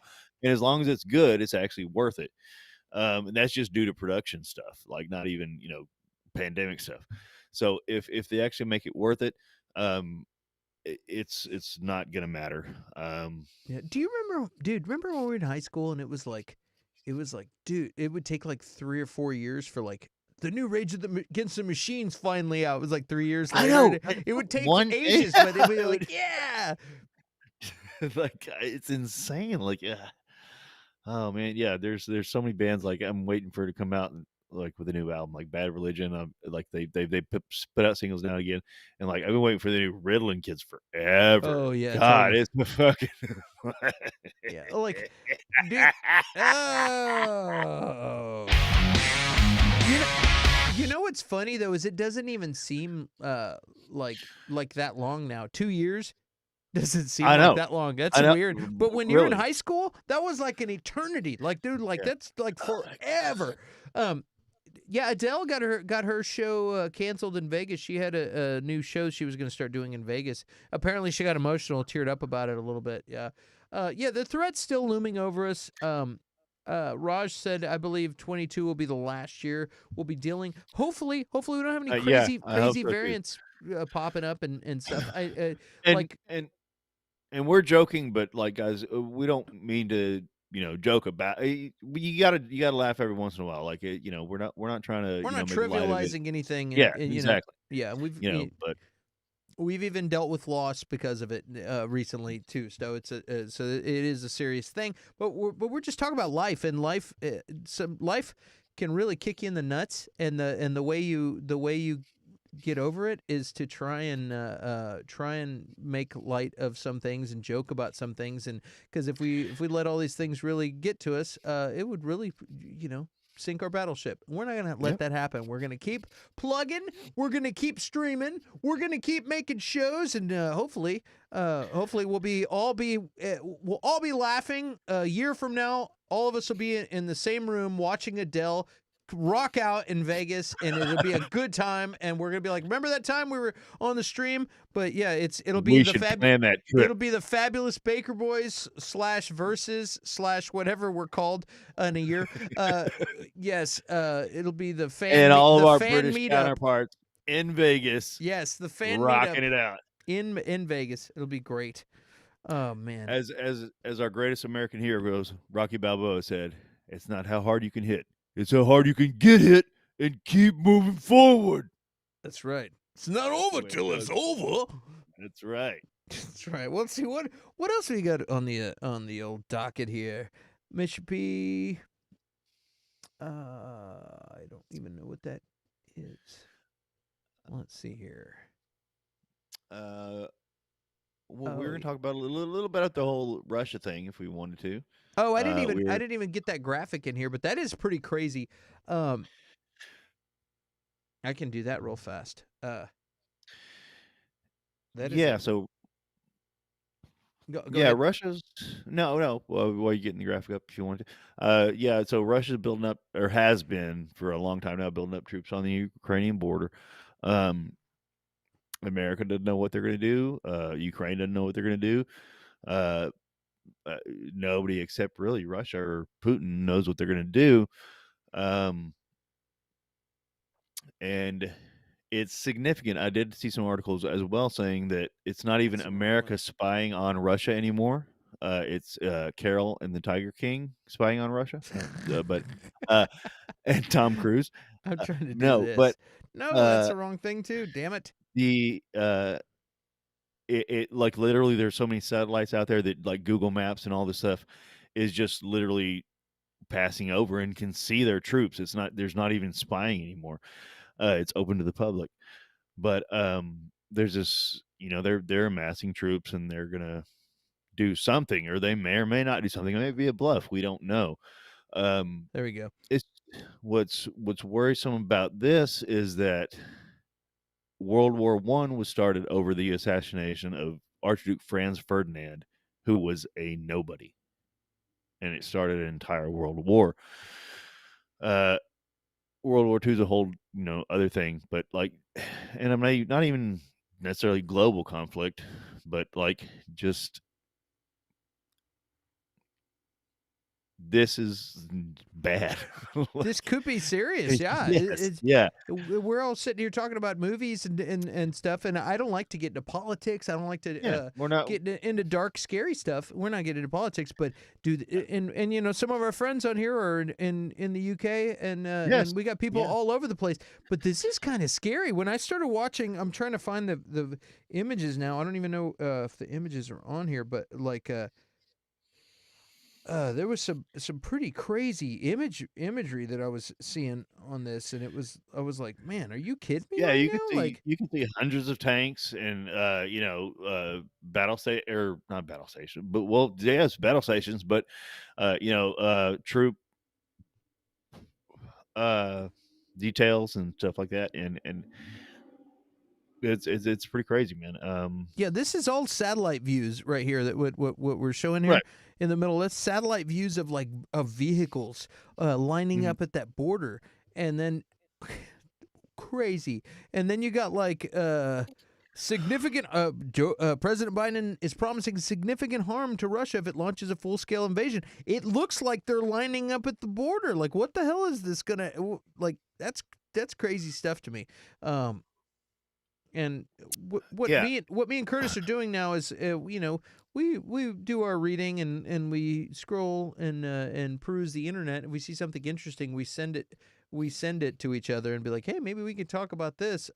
Yeah, I saw this and was like, wait, what? That like they're really lining up. I know threats, but like when you see a whole like it reminds me of when I remember Desert Shield back when we were kids and when they started invading Kuwait and stuff, like Operation Desert Yeah. Shield, and all of a sudden it was go time and shit got real. It's pretty nuts, man.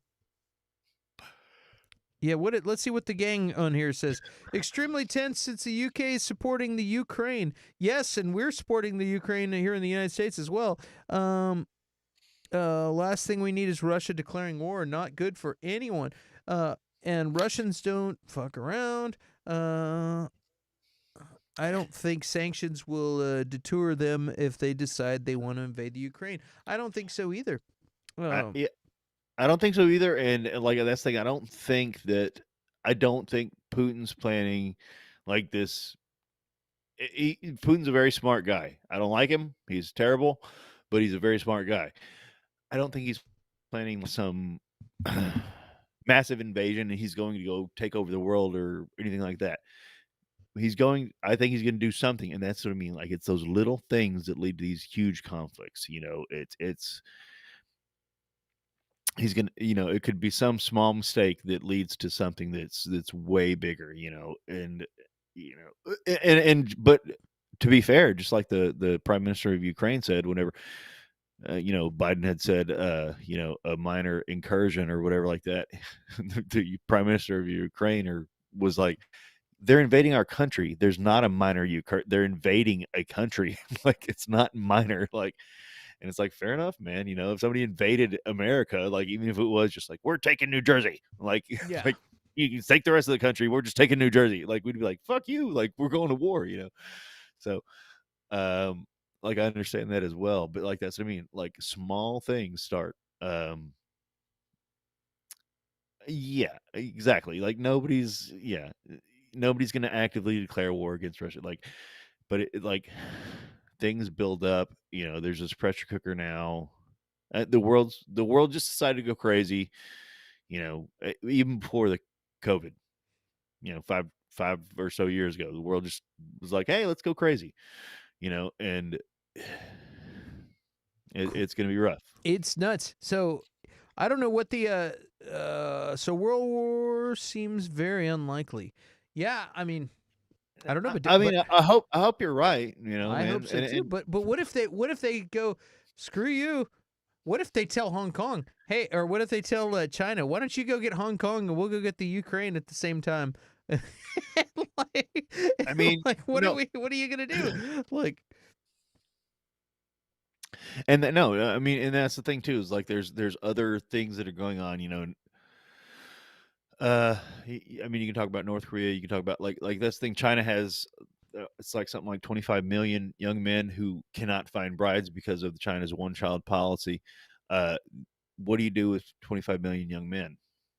You send them to war, like, or I mean, they've got to find a bride. Eh, it's Or crazy, and we're not trying to fearmonger or set up anything. I just no, thought it was no, an interesting article, and I was like, it's when I insane. saw Yeah. it's nuts. When I saw all the vehicles lined up, I'm like, oh, I did a thing like politics got so crazy in the since like beginning of 2020, and things got so nuts Mhm. that I kind of just turned off the news and said, you know Yeah. what? I'm done with this shit. Like I'm done. My reality consists of my little world that I live in and entertainment news and YouTube and my friends on Facebook and Twitter and Instagram, and that's my world. And so I just kind of like said, screw you politics, you're not going to ruin my life. And so I don't pay attention to that stuff. I pay attention to these shows that are relevant to what I'm doing. And you know what? The world keeps turning, and I feel and I'm a lot happier for it. I'm way less stressed out for it. And so there you go. But yeah, this story was like, oh. Yeah, and I'm not trying to be political or offend anybody, but um, eh, eh, whenever it comes down to it, I usually be really into politics and stuff like that. I did get very turned off in the last read, and I had to take a break. Um, Yeah, I mean, it's depressing y- and yeah, scary and everything else. People turning against each other, family members yeah, like yes, disowning each other over fucking whatever oh, over what. over talking points that people like you and I, talking heads that are sitting here, talking points that people spit at them, and then they memorize that talking point, even if they don't fully understand what it means, and then they turn around and like argue, and it's hilarious because I bartend at this also.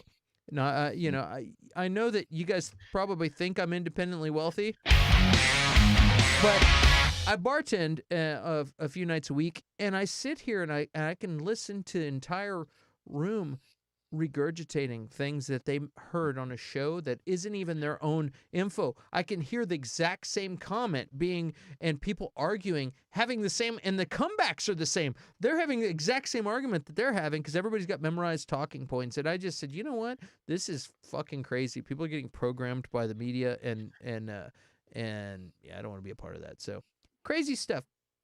What do we got going on in the comments here? City go. Klitschko said he'd go to the front line if Russia attempted to invade. Sounds funny, but shows how serious people are taking this. And then you can say that war won't happen, but then again, we never thought a pandemic would ever happen in our Right. lifetime. Hope for the best, prepare for the worst. You're right. He'll be knocking out tanks left and right. LOL. LOL. This is not a laughing matter, Kaz. Just kidding. Let's see here. Klitschko is the tank. Yeah. It's back. Okay, good. Your internet's back? Good. All right. Damn it. Today, Master EJ is like, "What the hell's going on here?" Yeah, my internet's down. It is the end of the world. You damn winner. All right, let's move on. Moving on. Back into entertainment news, not world news. Actually, let's talk a little bit about. Let's talk. Man, I need to get a faster computer, dude. This is starting to bum me out. I've got a kind of a lag. Sometimes I need to do I need to do some kind of It's not your computer's fault. It's just that you look so beautiful on camera oh, that you're the man, camera is overriding the computer. dude, And you're too kind, man. You're too kind. Yeah, that one's for you there, Curtis. Yeah, what I was going to say is that we're going to talk a little bit about movies and TV. Movies and TV. Yeah. Movies and TV. So, let's see here. Let's do a little. Well, actually, first, I almost forgot that we need to get this off the screen and talk a little bit about. Dude, this lag's killing me. I got lag. I'll activate certain things, and it takes a minute to work. But Why was everybody happy when the computer fell down? bum bum bum bum bum bum. Why? Because it broke its lag. Oh!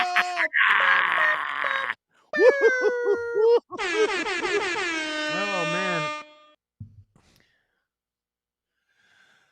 This is one of the most exciting things that I have been or seen in a while. I don't know how you feel about it, but this is like for our people out there watching. We are both from Texas, born and bred, and if you watch any show, That was for that. that's our, That was for that joke. It just took me that lag was that long. I was about to say, hopefully that's not our like Texas thing, like Texas. Like, Dude, speaking of what is the most musical computer? I don't know. Adele. Snap. Bam. Yeah. Okay. So it is a Texas thing, dude. A lot of people don't. King of the Hill. Bum, bada, bum, bum, bum, bada, bum, bum, bum, bada, bum, bum, bum. That's about the guys at the end of your street that are hanging out Yeah. right now, even in this cold weather, drinking beer, holding the fence up. It's the most glorious thing ever. The show is fantastic. If you're from Texas, you can't help but relate to this show. I have relatives that are like these people, that are just like some of these people and friends, and it's the best. You know, what For do you those think? of you elsewhere, like if you've seen any show about Texas, like it's not as true as this show is. Like this is the most the most true show about Texas that I've seen out there. Like because we're not all cowboys, we don't all ride horses and stuff like that, but there are still like plenty of parts of Texas that are very much like this show, and it is probably the best representation I have seen, hands down. And I loved it. I used to own every season. I sold them like an idiot, and now they're like crazy expensive because they're out of print. And hopefully, since they're re-releasing this, they'll start producing them again, so I can get them cheap. Dang it, Bobby! You forgot to glue your butt joint. You failed English, Bobby. You speak English. I am not down with that. Yeah, I love that. I loved that Hank Hill was Mr. Anderson from Beavis and Butthead. It was like a damn boys Watching in my tool shed. whacking in the tool shed. Damn boys, I am not down with that. Yeah, propane. Oh, all right. You guys What aren't do you all wanna do Texas it- Rangers. What do you want to do when you grow up? I want to sell propane and propane accessories. If my Yes, grades sir. are good enough. Yeah, I love that too. Let go. I don't know you. Give me back my purse. That's my favorite. That's my favorite episode. It's got to be the Bobby. Oh, Bobby. Oh, yeah. or what are you talking about? What he pulls his pants out, what are you talking about? What are you talking about? Yeah, they Oh, tried to man. bring back Beavis and Butthead, man. They tried to bring back that show, and you know what's crazy? There's no more music videos, so they couldn't watch music videos, so they were watching reality shows. When Really? Beavis- I wasn't aware of that. They had a Oh. Beavis and Butthead comeback, and they're like, and so instead they're watching like all these crappy reality shows, like like Teenage Mom or whatever kind Yeah. of shit that they got going on. That's what they were watching, and they're like, that girl's a hoe. Like I mean, like, yeah, hoe. Like it was really weird. I tried real hard to watch, and I couldn't tell. This is one of those things again where I'm like, am I a grown man now? And I just can't. I can't get down with that anymore, or Yeah. is it just that it sucks? And I started to wonder that when I was watching the first episode of Peacemaker, and I was like, and which is an excellent segue. Oh, Peacemaker! And then about 10 minutes in, I realized, yes, I can get down with this because the show is fantastic. This show is one of the best shows I've seen in a damn long time, dude. Furthermore, proving that James Gunn is a badass and he's a great storyteller, pushes the limits of offending people, but brings it back. And like right when you think this guy's just being stupid and immature with his comedy, he's just trying to be offensive and tell dick and fart jokes, and then all of a sudden, like, you watch this thing, it's like a flower just blossom into like a great story. And I'm mind blown. I'm like, dude, like he doesn't care about all of the, like he's not I feel like he's not trying to please execs. He's not trying to stuff certain things into the show. He's just trying to tell a good story, and Warner Brothers let him do it. And that's the deal. It's like, you're not trying to make a bunch of people happy. He wrote this story. He's directing a lot of the episodes. The last one that we watched was directed by, I can't think, another one of my immature favorite shows is Eastbound and Down, starring Danny McBride, and one of his longtime best friends who wrote and produced a lot of stuff with Danny McBride. It was the one who directed this episode of Peacemaker. And I'm having a brain fart, and it's not a well-known name, so I'm going to look it up. But while I look that up, you tell me what you thought about this episode and about the show up till now, because we haven't talked about it. What do you think? This is the best, I mean, show, new show.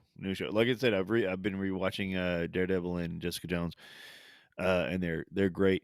But of the new shows, like this is fucking great, and this is really what made me go off on my rant earlier. Like, this is what Marvel is missing. Like, Marvel used to be the most down to earth heroes.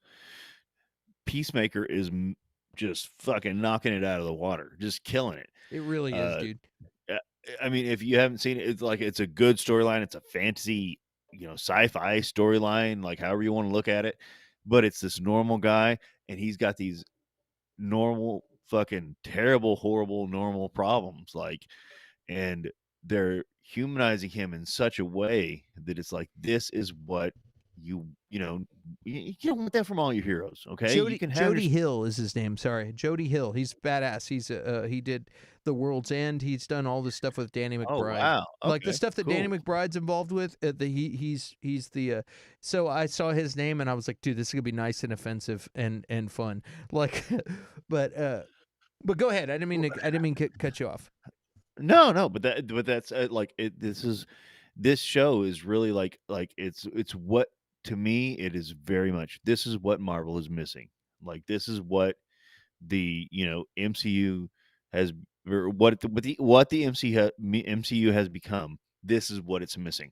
It's missing this truth. It's missing, like, because you were saying you got dick and fart jokes, and it's like blah blah blah, where's this going? And then it smacks you in the face with a truth sandwich. Like, it's great. It's funny. That's the thing. Marvel's like, well, we do it so we can be funny. Like, this show is fucking funny, and but it's not for little kids. It's okay. Like, there's different spectrums. I don't know why they don't understand this, and you can cross them over sometimes, but they should still be separate at when they need to be. And this show is spectacular. God, it's so good. I really can't wait for the next one. Kind of want to make out with John Cena a little bit. And there you go.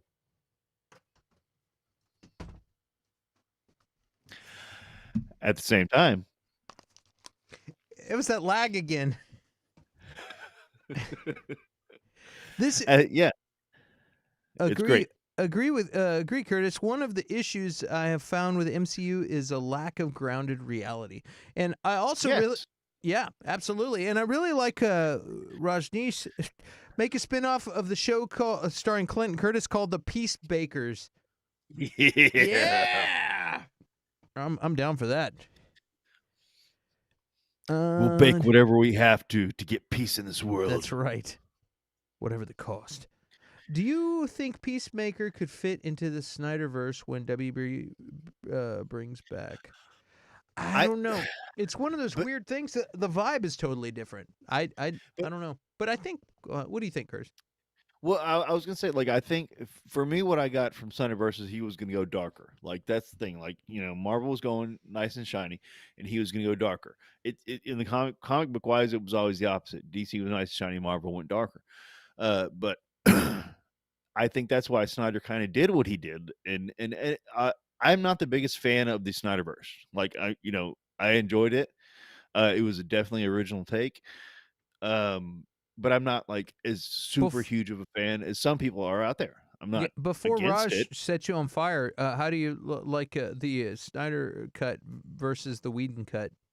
Definitely better. Oh, definitely better. It just makes more sense. It should have been 2 movies maybe, but like definitely better. Yeah, yeah. He's Curtis is a Marvel guy.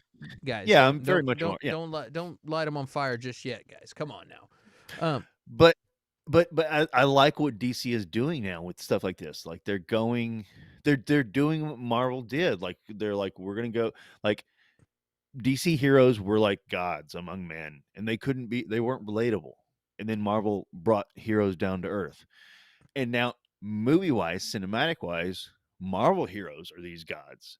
And then DC cinema is bringing them down to earth and making them human beings and like that's the draw. That's like gods will always be there, whatever you believe in, but they're gods. Like these are heroes, and we have to have them relatable to human beings. And like Peacemakers I making it so like not even just human. Like I feel bad for this human being. Yeah, Like period. it's because they're vulnerable. You know what I mean? He's like Yes. very vulnerable, and it's like, and I love it. Like when he's jumping off those balconies, oh, he's getting hurt all the way Yeah. down, and it's hilarious. But it's also like, God, you broke poor Rajneesh's heart, dude. Why? I like the Snyder verses. If that's what it You is, already said I it, just dude. I'm not that big of I'm a just fan. not. I'm not the hugest. I'm just a Marvel fan. I'm a Marvel fanboy. Like you can look at my tattoos. Like I just like I'm not against it It's by too any late, means. I'm man. You just already said it. You already said it. Sorry. it'll He, never be, you know, it'll well, never be my first love. My first love is always there. I'm super enjoying the Peacemaker series, man. Like big time. It's just fun. All the characters in it are great too. That's the other thing. Yes. It's a vigilante Yes. is Every single amazing, and he's like looked like he was a super side guy. Now he's becoming a main character, and he's Yeah. fantastic. James Gunn's wife plays what's her name? She's the hard ass blonde character in Yes. there. Hardcore or hard corpse or whatever. Hard Uh, corp. parkour? Is that what you said? Parkour. uh, she there. Her name is Jennifer Holland. She plays Harcourt, Amelia Harcourt. Yeah, she is fantastic. That's James Gunn's wife. All these characters though are fantastic. And Robert Patrick, you can't beat that guy, dude. He's fantastic. So, just guys, if you haven't seen the show yet, and you're like, I kind of thought Suicide Squad was just okay, and I just kind of been putting it off, go watch the show. Watch Suicide Squad if you haven't yet, and then go watch the show. It's fantastic, and it really it's really funny, but it's not just stupid and silly. There's a deepness to it where these Yeah, very much. how did they tell these stupid dumb jokes and then also like make you feel for these characters? You're actually invested in the characters. You start to care about the characters. Even Hardcore, who's kind of like a hard ass bitch, and then like you start seeing her like all of a sudden warm up a little bit. You're starting to see little Yeah. cracks in her armor, and it's like all these characters, you just feel for them, and that's what's missing in a lot of shows. 355, oh, that failed. Why? How did that flop so bad? It's because they didn't do anything to make you care about those characters. Right. They made an action movie that you could watch, and it was well filmed, and it was a shiny movie, super action, all these things that should make you like the movie, but they forgot to focus on drama. And drama makes you give a shit about a character, and that's where James Gunn is winning. Is he's making you feel for these characters that you should not like, but you become really should emotionally. not You like. shouldn't, Yeah, you but you really. become you become emotionally invested. So well done, James Gunn. You're killing it. Keep it up because you're one of my favorite shows on television right now. And speaking of other shows that we like, let's talk about a little bit. Any last thoughts on Peacemaker before we jump I over? love Peacemaker, but EJ says Superman is relatable. I was an outcast as a kid. I have always felt like I'm Clark Kent, and I'm not saying that there's anything. This is my interpretation. Like I did, like to me, this is how they felt. This is how they felt. Like that's I always related more with the Marvel characters. I'm not saying the other ones are wrong or bad or anything like that.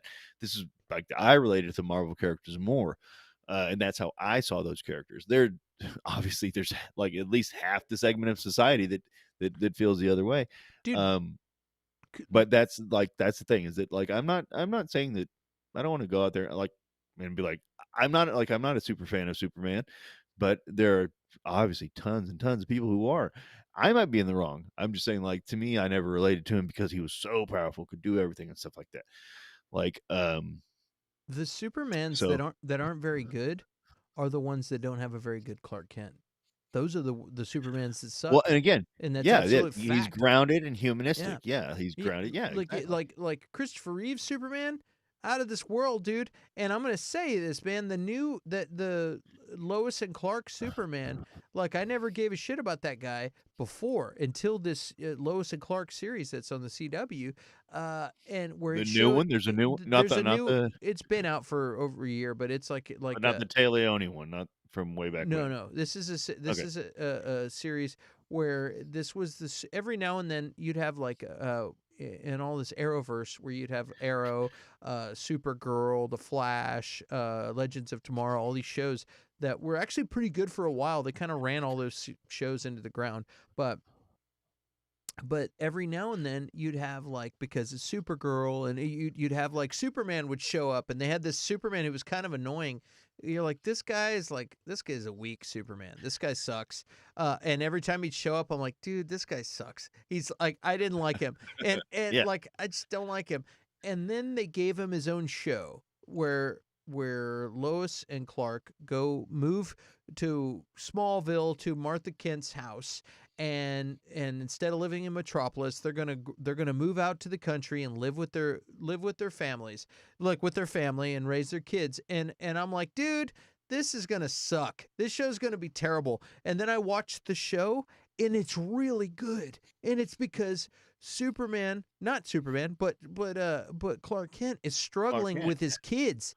He's struggling with living here. He's struggling with his wife Oh and all wow. the things. And he's that guy is a really good like he gets hurt by his shithead kids that are pissed off at him because they moved away from Metropolis and he's like he like any good thing, just like Spider-Man having to struggle between whether to save the people or to save MJ.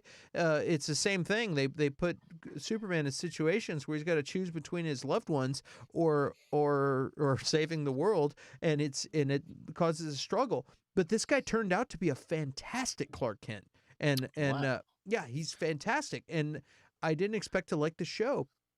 What's funny is I never went back and finished it, but I watched a good like 6 or 7 episodes of it, and I should actually go wrap that one up. There's just so much on Well, TV. But to get back to what was going on, it's like Superman is relatable, but I feel like it's Clark Kent when you have a good Clark Kent that makes you relate because he's got it real tough. well, and it seems like the people in chat agree with you. EJ says that's a great show, and Raj says not a fan of CW shows, but Superman and Lois is so good. Raj also asks us, do you guys think comic book accuracy is more important, or does the story mean more?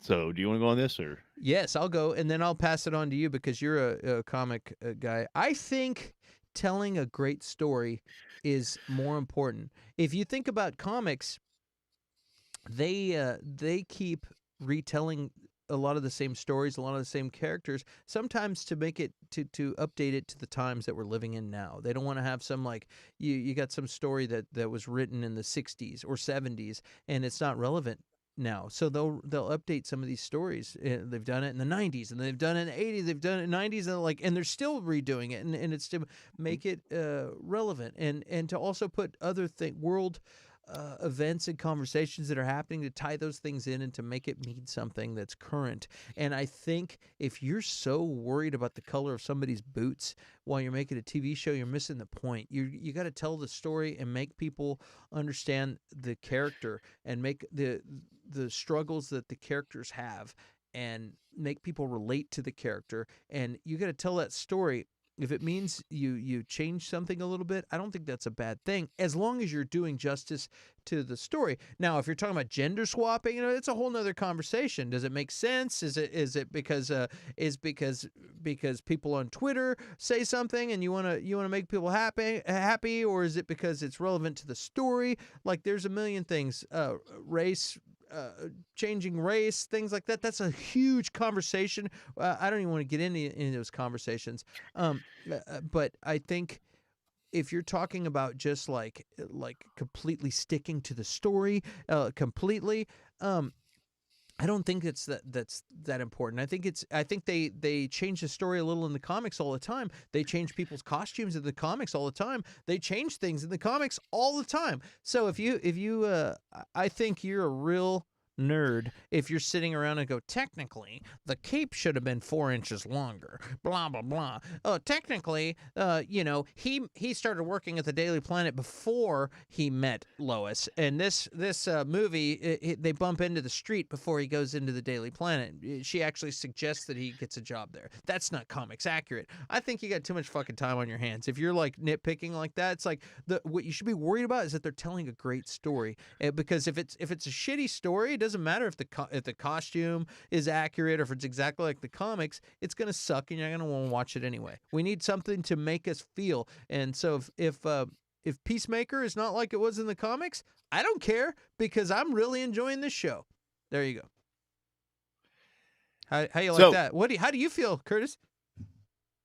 I wish I could do the little clap thing. Clap, yay! Clap, yay! But so I used to be the comic accurate guy, and the nerd that you're talking about, that used to be me.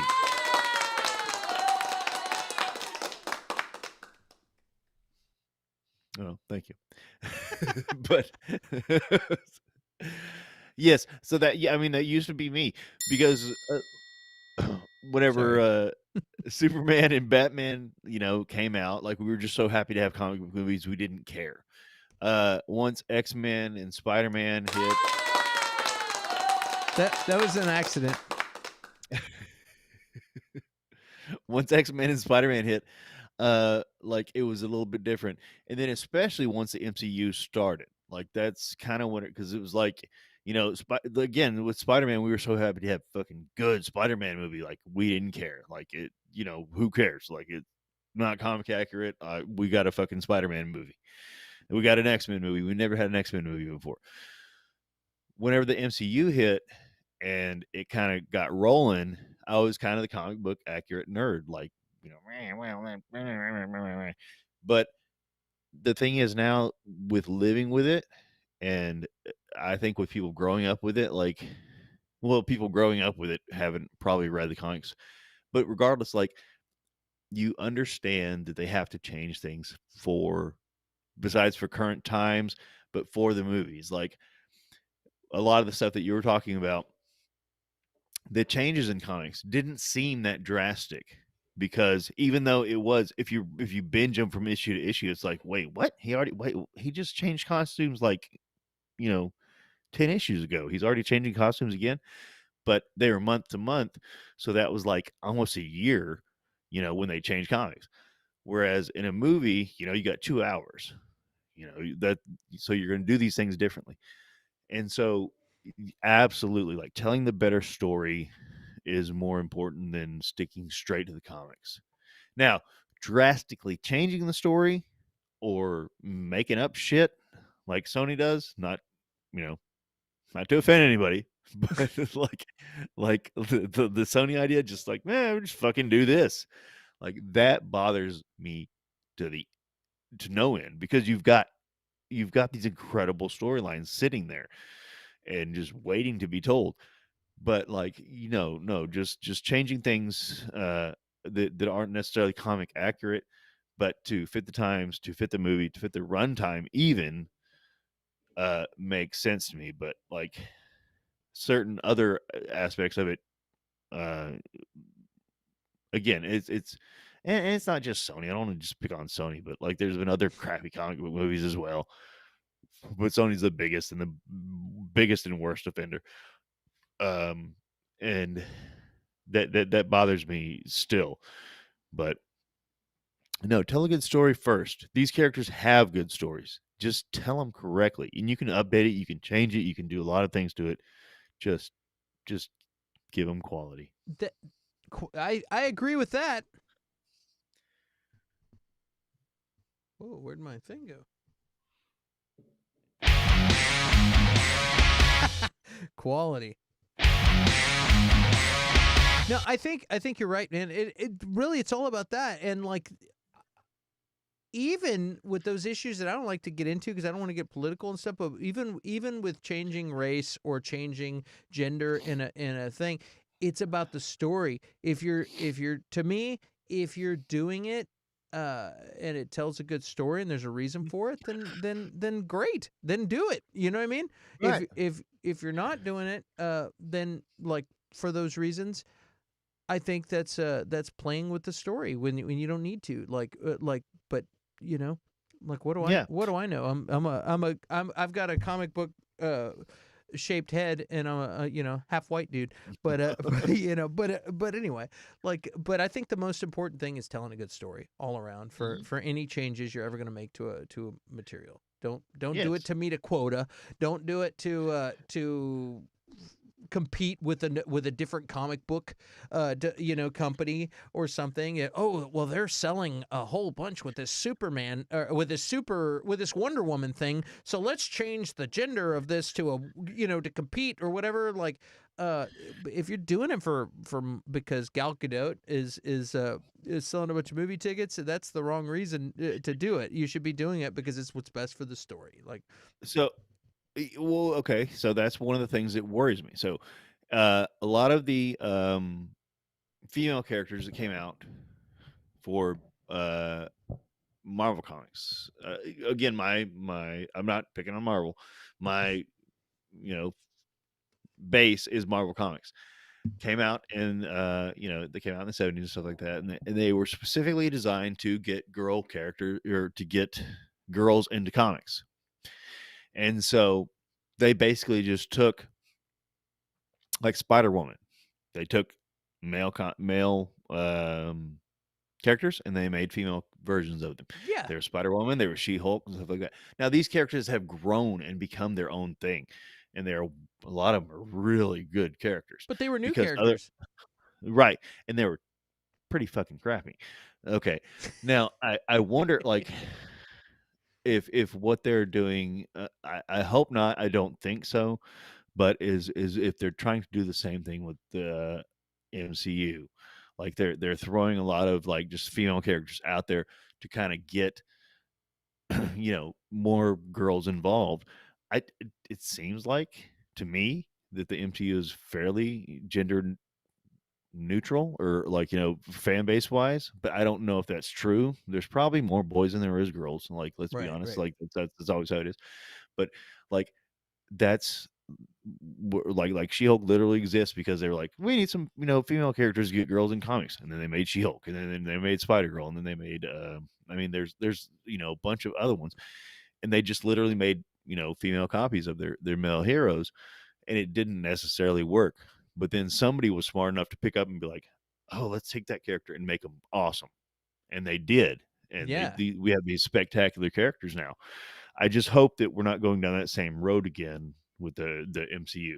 I don't think so, but I hope not. Yeah, I don't think I think what's happened is we've had 17 years of white white guy characters and they say, okay, it's time. Let's mix it up a little bit, and so and pretty much every entertainment company is taking that into consideration, is trying to do something. So they say, okay, what other characters do we have? Do we have, we got the Miss Marvel, we've got this person, we've got this person. Let's bring this person in. You know what I mean?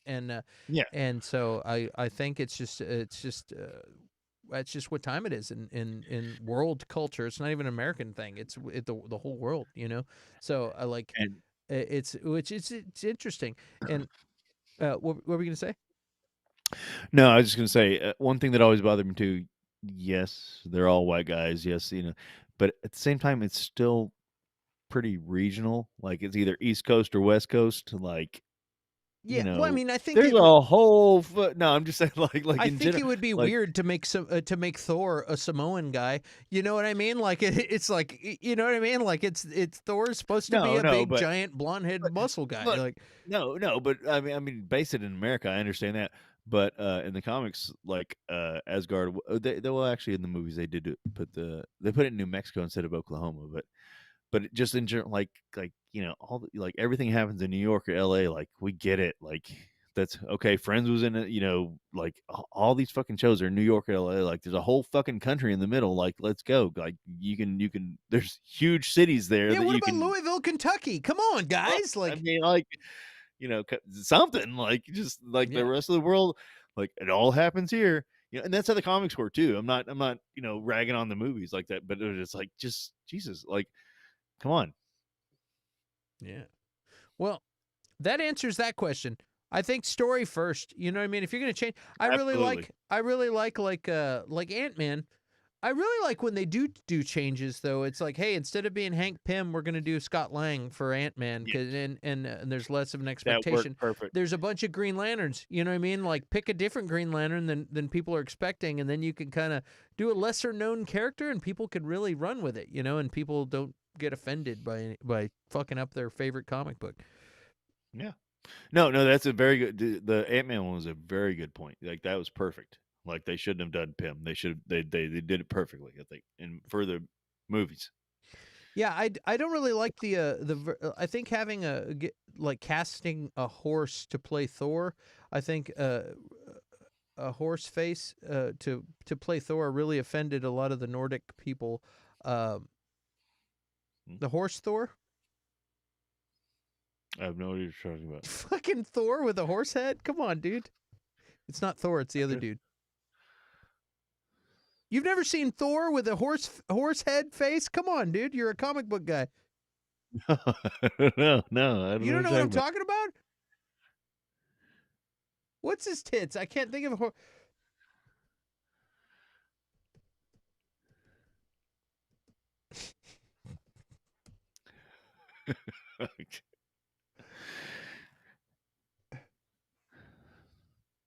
Come on, Curtis. You don't know what I'm talking about? Thor with the horse head. Yes. No, Thor had rams, teeth gnasher, and teeth grinder that pulled his chariot.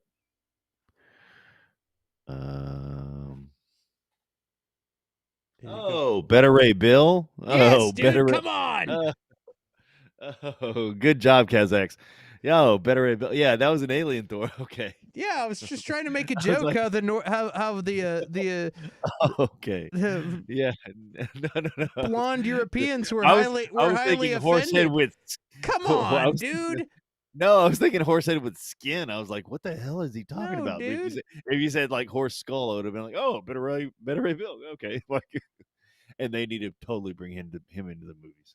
Yeah, I'm like, come on, man. Like, oh shit. I tried to Well, there it is. You Yeah. proved me wrong. Well tried done, to- sir. show Beta Ray Bill. But No, I know. Yeah.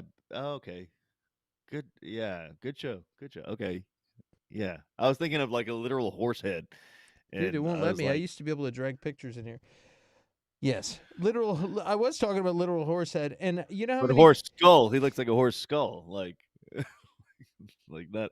I was thinking of like a mane and like, like. That's what Beta Ray Bill sounds like. Come on. No, he does not. Yeah, He's he's like What the fuck? He doesn't have cheeks. He can't go. He's like, he's got like one tooth that rattles around. Oh boy, man, we just went off the rails. Yeah.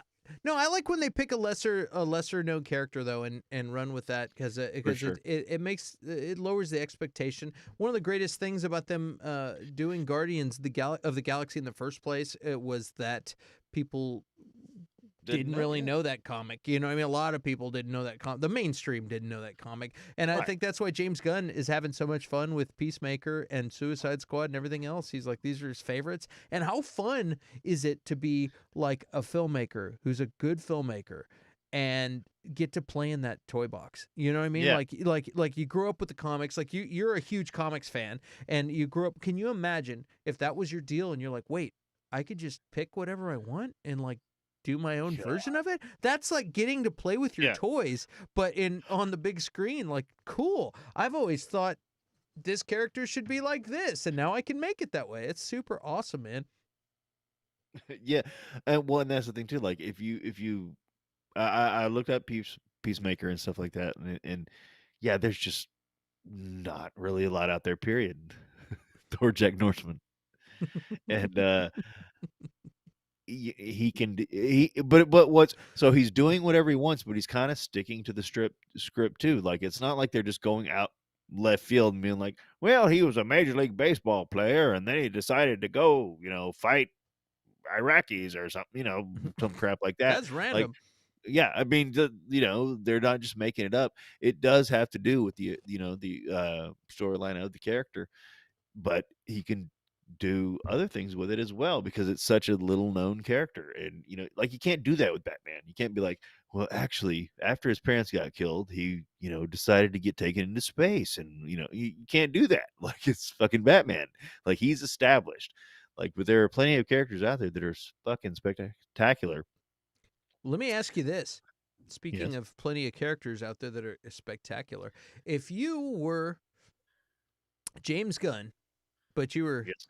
you're Curtis Gunn, and you get to go and Marvel or DC says, hey, you've proven yourself as a filmmaker that makes good stuff. We're gonna let you do whatever you want to do. If you could make any comic you wanted, any hero you wanted, whatever. If you had your run of the toy box, like what comic or characters or series or what thing would you make if you could make any comic book?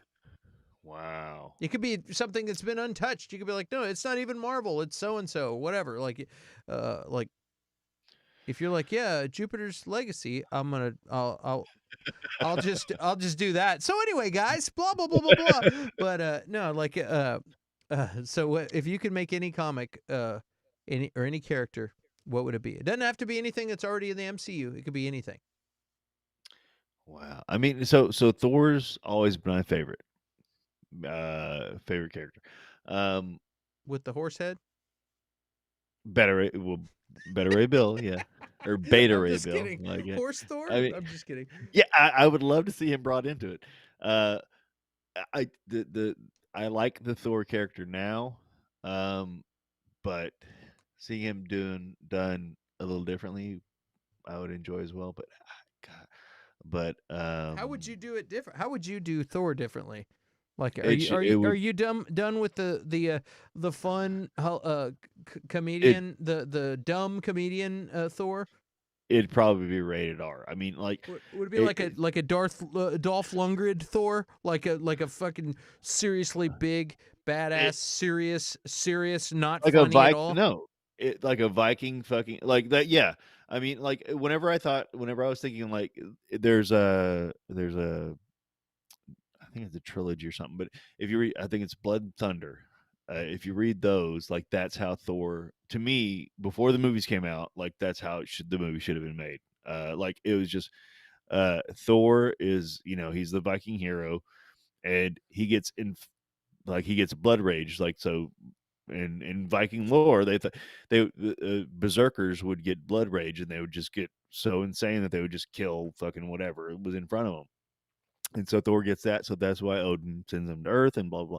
like, and it's just, but it's a great comic, and it's beautiful art, but it's like very brutal, and like, and then it continues from there. Like, I thought that it should go like that. So, and it should be much more of a duality of the reason I love the character is because it was like he's like almost every story arc he's like saving Earth, and then Odin's like comes out of the sky and he's like, "Oh my God, Thor! Something's happening in Asgard. You have to come save us." And he's like, he has to decide like almost like every story arc. And he's like, so he's between these two worlds. And he's like, he always has to decide. And then he loves Jane Foster, who's on Earth, and then he loves Sith, who's in Asgard, and it's like this just constant battle between these two worlds, and like that's why I like the character. And I don't think that was. I do love the MCU Thor. I like him now, but like it's not presented like that in the comics. Yeah, it's more of a comic character. You know, what I mean, comic Yeah, he's comedian. yeah, Of a fun. They make fun and have and, fun but with it it. and it works, and he and Hulk work perfectly together. Like I think that they should keep that going. Um, but it's not, yeah, it's not the character from the comics. Like Thor was Marvel's Superman. Like, you know, he just was like Thor. Like when they needed a big gun, they would call in Thor. Um, and like he kind of got punked in Endgame, in my opinion, but I still love Endgame. But if I really could pick, like honestly, with where they're going now, and you know, off the top of my head, like Skull or Scroll Kill Crew would be what I would do. And it's basically a bunch of guys going around shooting and killing and fucking destroying scrolls that they know are scrolls, and because Secret Invasion's coming, um, and yeah, they just literally drive around and fucking like kill scrolls that are posing as other people, and people are like, "Oh my god, it's a murder," but it's actually a scroll. Like Who's in the scroll kill crew?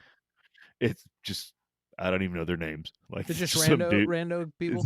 Yeah, they're like some guys. Like I mean, they're not randos, but like I don't even. They're not heroes or anything like that. But like they know what's up. And oh, 3D Man is one of them. I do know that. But like, and they just like they know like they drive around and kill scrolls, and like this was like in the '90s, and then Invasion came out, and oh god, Sounds Secret awesome. Invasion, it's gonna be good. Sounds awesome. Guys, anybody in the chat? Like, what do you guys think about the comics in movies? Do you think they've been portrayed well? Do you think Thor's been portrayed well? Do you like how Thor was portrayed, or do you wish he was a little more serious and more of a maniac, Viking, bloodthirsty killer? How do you feel about it? And if you guys could bring a comic book character to the silver screen, who would it be? What story would you tell? And EJ says, no surprise here. Cap is my favorite Marvel character. Cap is probably a very close second to Thor for me. Cap's pretty cool. I didn't like Cap as much when I was younger, though. I thought he was just kind of a vanilla, kind Like, of a yeah, yeah. lame. You know, I've come to like Cap a lot more. I always liked Hawkeye. Who, when I was a kid, I thought Hawkeye, because they had the same like folded over boots and like the same like I thought that they were just like twin brothers or something, like Yeah. Tomax and Xamon. Carbon copies. Yeah, like I was like, yeah, it's just like a different Captain You throw a America. shield, he shoots it. Yeah. Yeah, when I was a kid, but yeah, I liked Hawkeye a lot.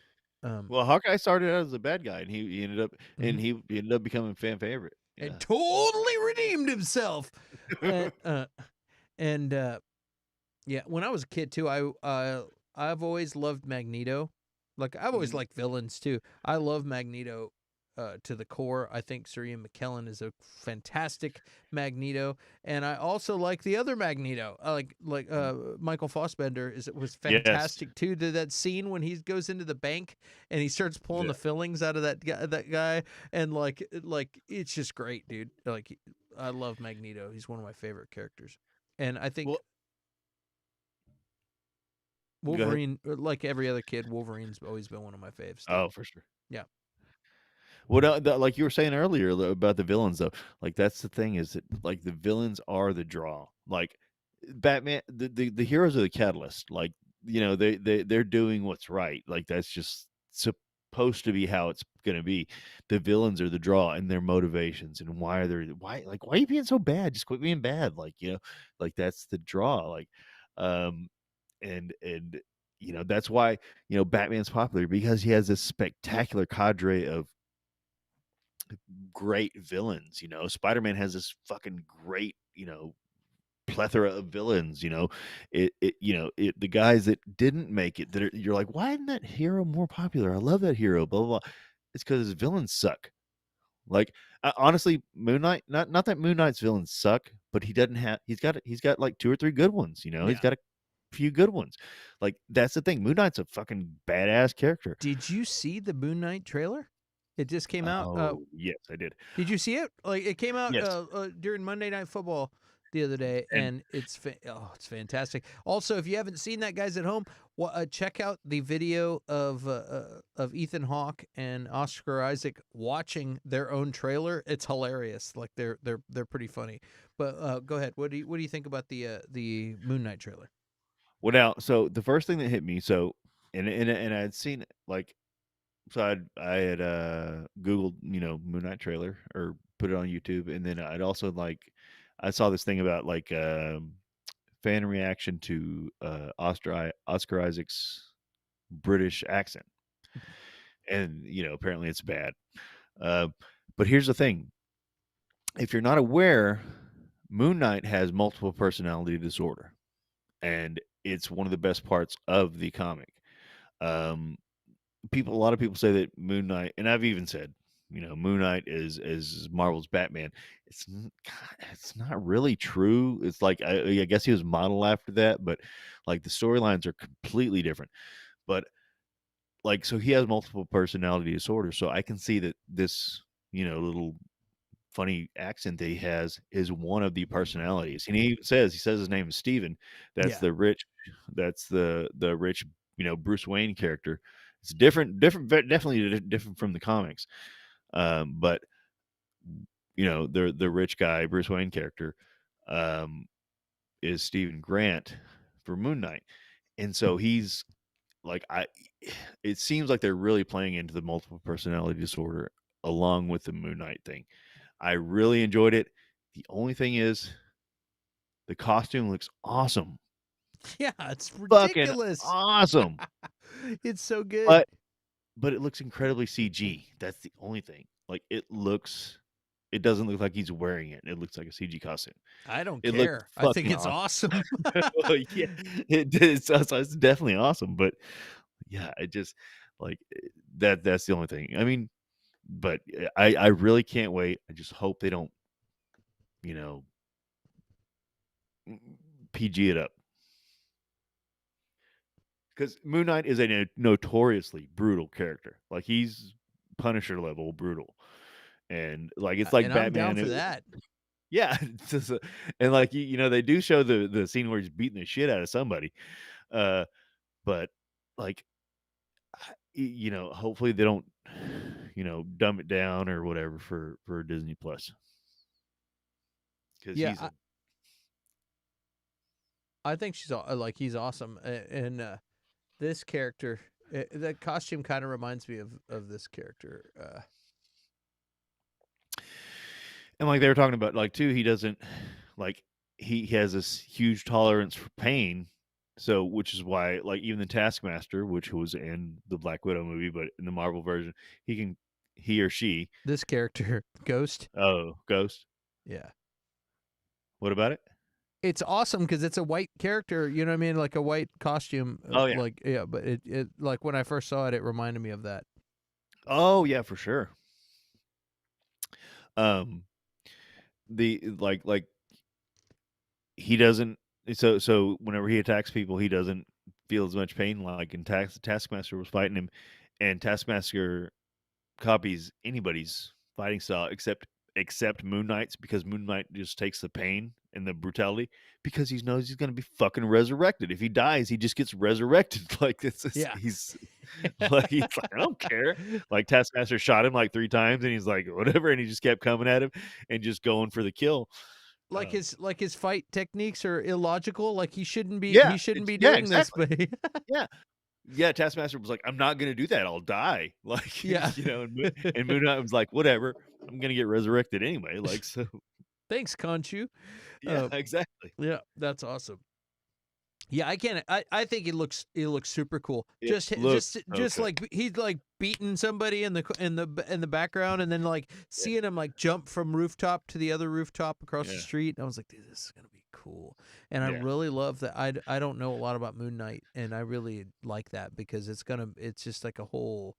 It's He is if they instead do it of right, he's it, gonna be one of the best Marvel characters. Like, if they really nail it, like, he could literally be one of the best Marvel characters. instead of having expectations or something to bitch about, you know what I mean? It's just like, dude, did you see that? That was awesome. You know what I mean? Because I have zero expectations. You know what I mean? This is like it could be real cool. So here's the deal, Raj. If they do it right, I'm gonna be like, "Yeah, story matters, blah, blah, blah." If they do it wrong, I'm gonna be like, "Comic accuracy, comic accuracy." Yeah. I would Uh love to see a Booster Gold movie. Booster Gold would be a great movie or show. Booster Gold is basically Flash.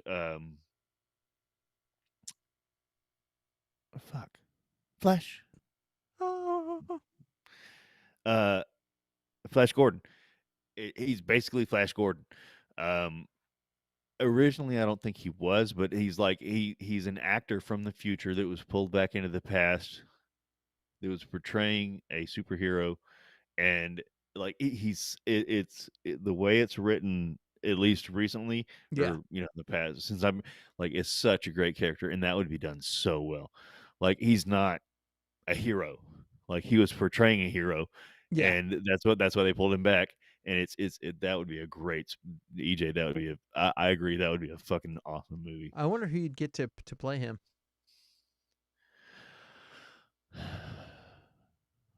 Blondie McHandsome face. Yep, that's the guy. Yeah.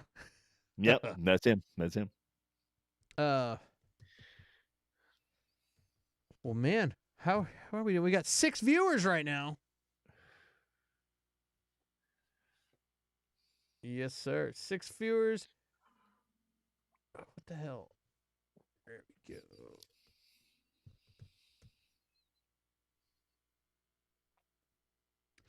Let's see here. Well, what else we got on the docket? Yeah, you could. What do you think? Like a younger Nathan Fillion could play him pretty well. For sure. Booster Gold. Even an older Nathan Fillion. Well, He too could bad. play. Too bad he's already he's already in it. Let's see. Well, we're out of topics, guys. Anybody at home want us to talk about anything? Otherwise, we're gonna pull the plug, dude. We've been on for 3 hours and 45 seconds.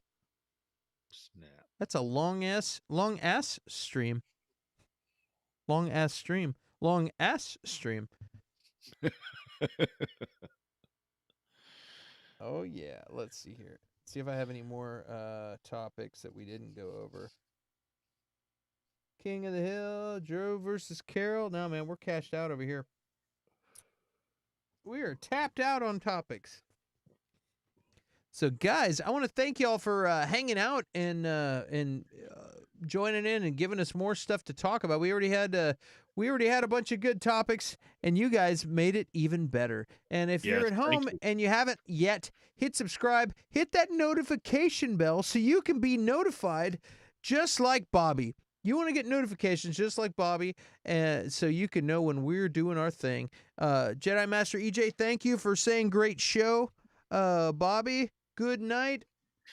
Bobby, my favorite patron. Don't tell the others. And Jedi Master EJ, thank you. Curtis, anything to say? Hey, share, guys. We know. Thank you so much for loving the show, or tuning into us and making fun of us later. Whatever happens, that's cool. Like, but share it with us and share it with your friends, and let them know. And tell them to subscribe. Love you. as always, we will see you on Fridays. You can catch me on Twitter. If you're not following me on Twitter, you should be. It's the OG Clint Baker. The OG Clint Baker on Twitter. You can look up Clint Baker. Find me on Facebook. I'm also on the OG Clint Baker on Instagram. Curtis, do you mess with the socials, or do you stay away from that? Not really. So All you'll right, find well- me here. well- Every Friday, you'll find Curtis here with us, and if we don't see you here, we'll see you in the chat on small screen, because you can always true. That's true. find us on small screen at 5 o'clock Central Time. I don't know what that is everywhere else. I can't think at this late at night. But yes, we'll see you guys next week.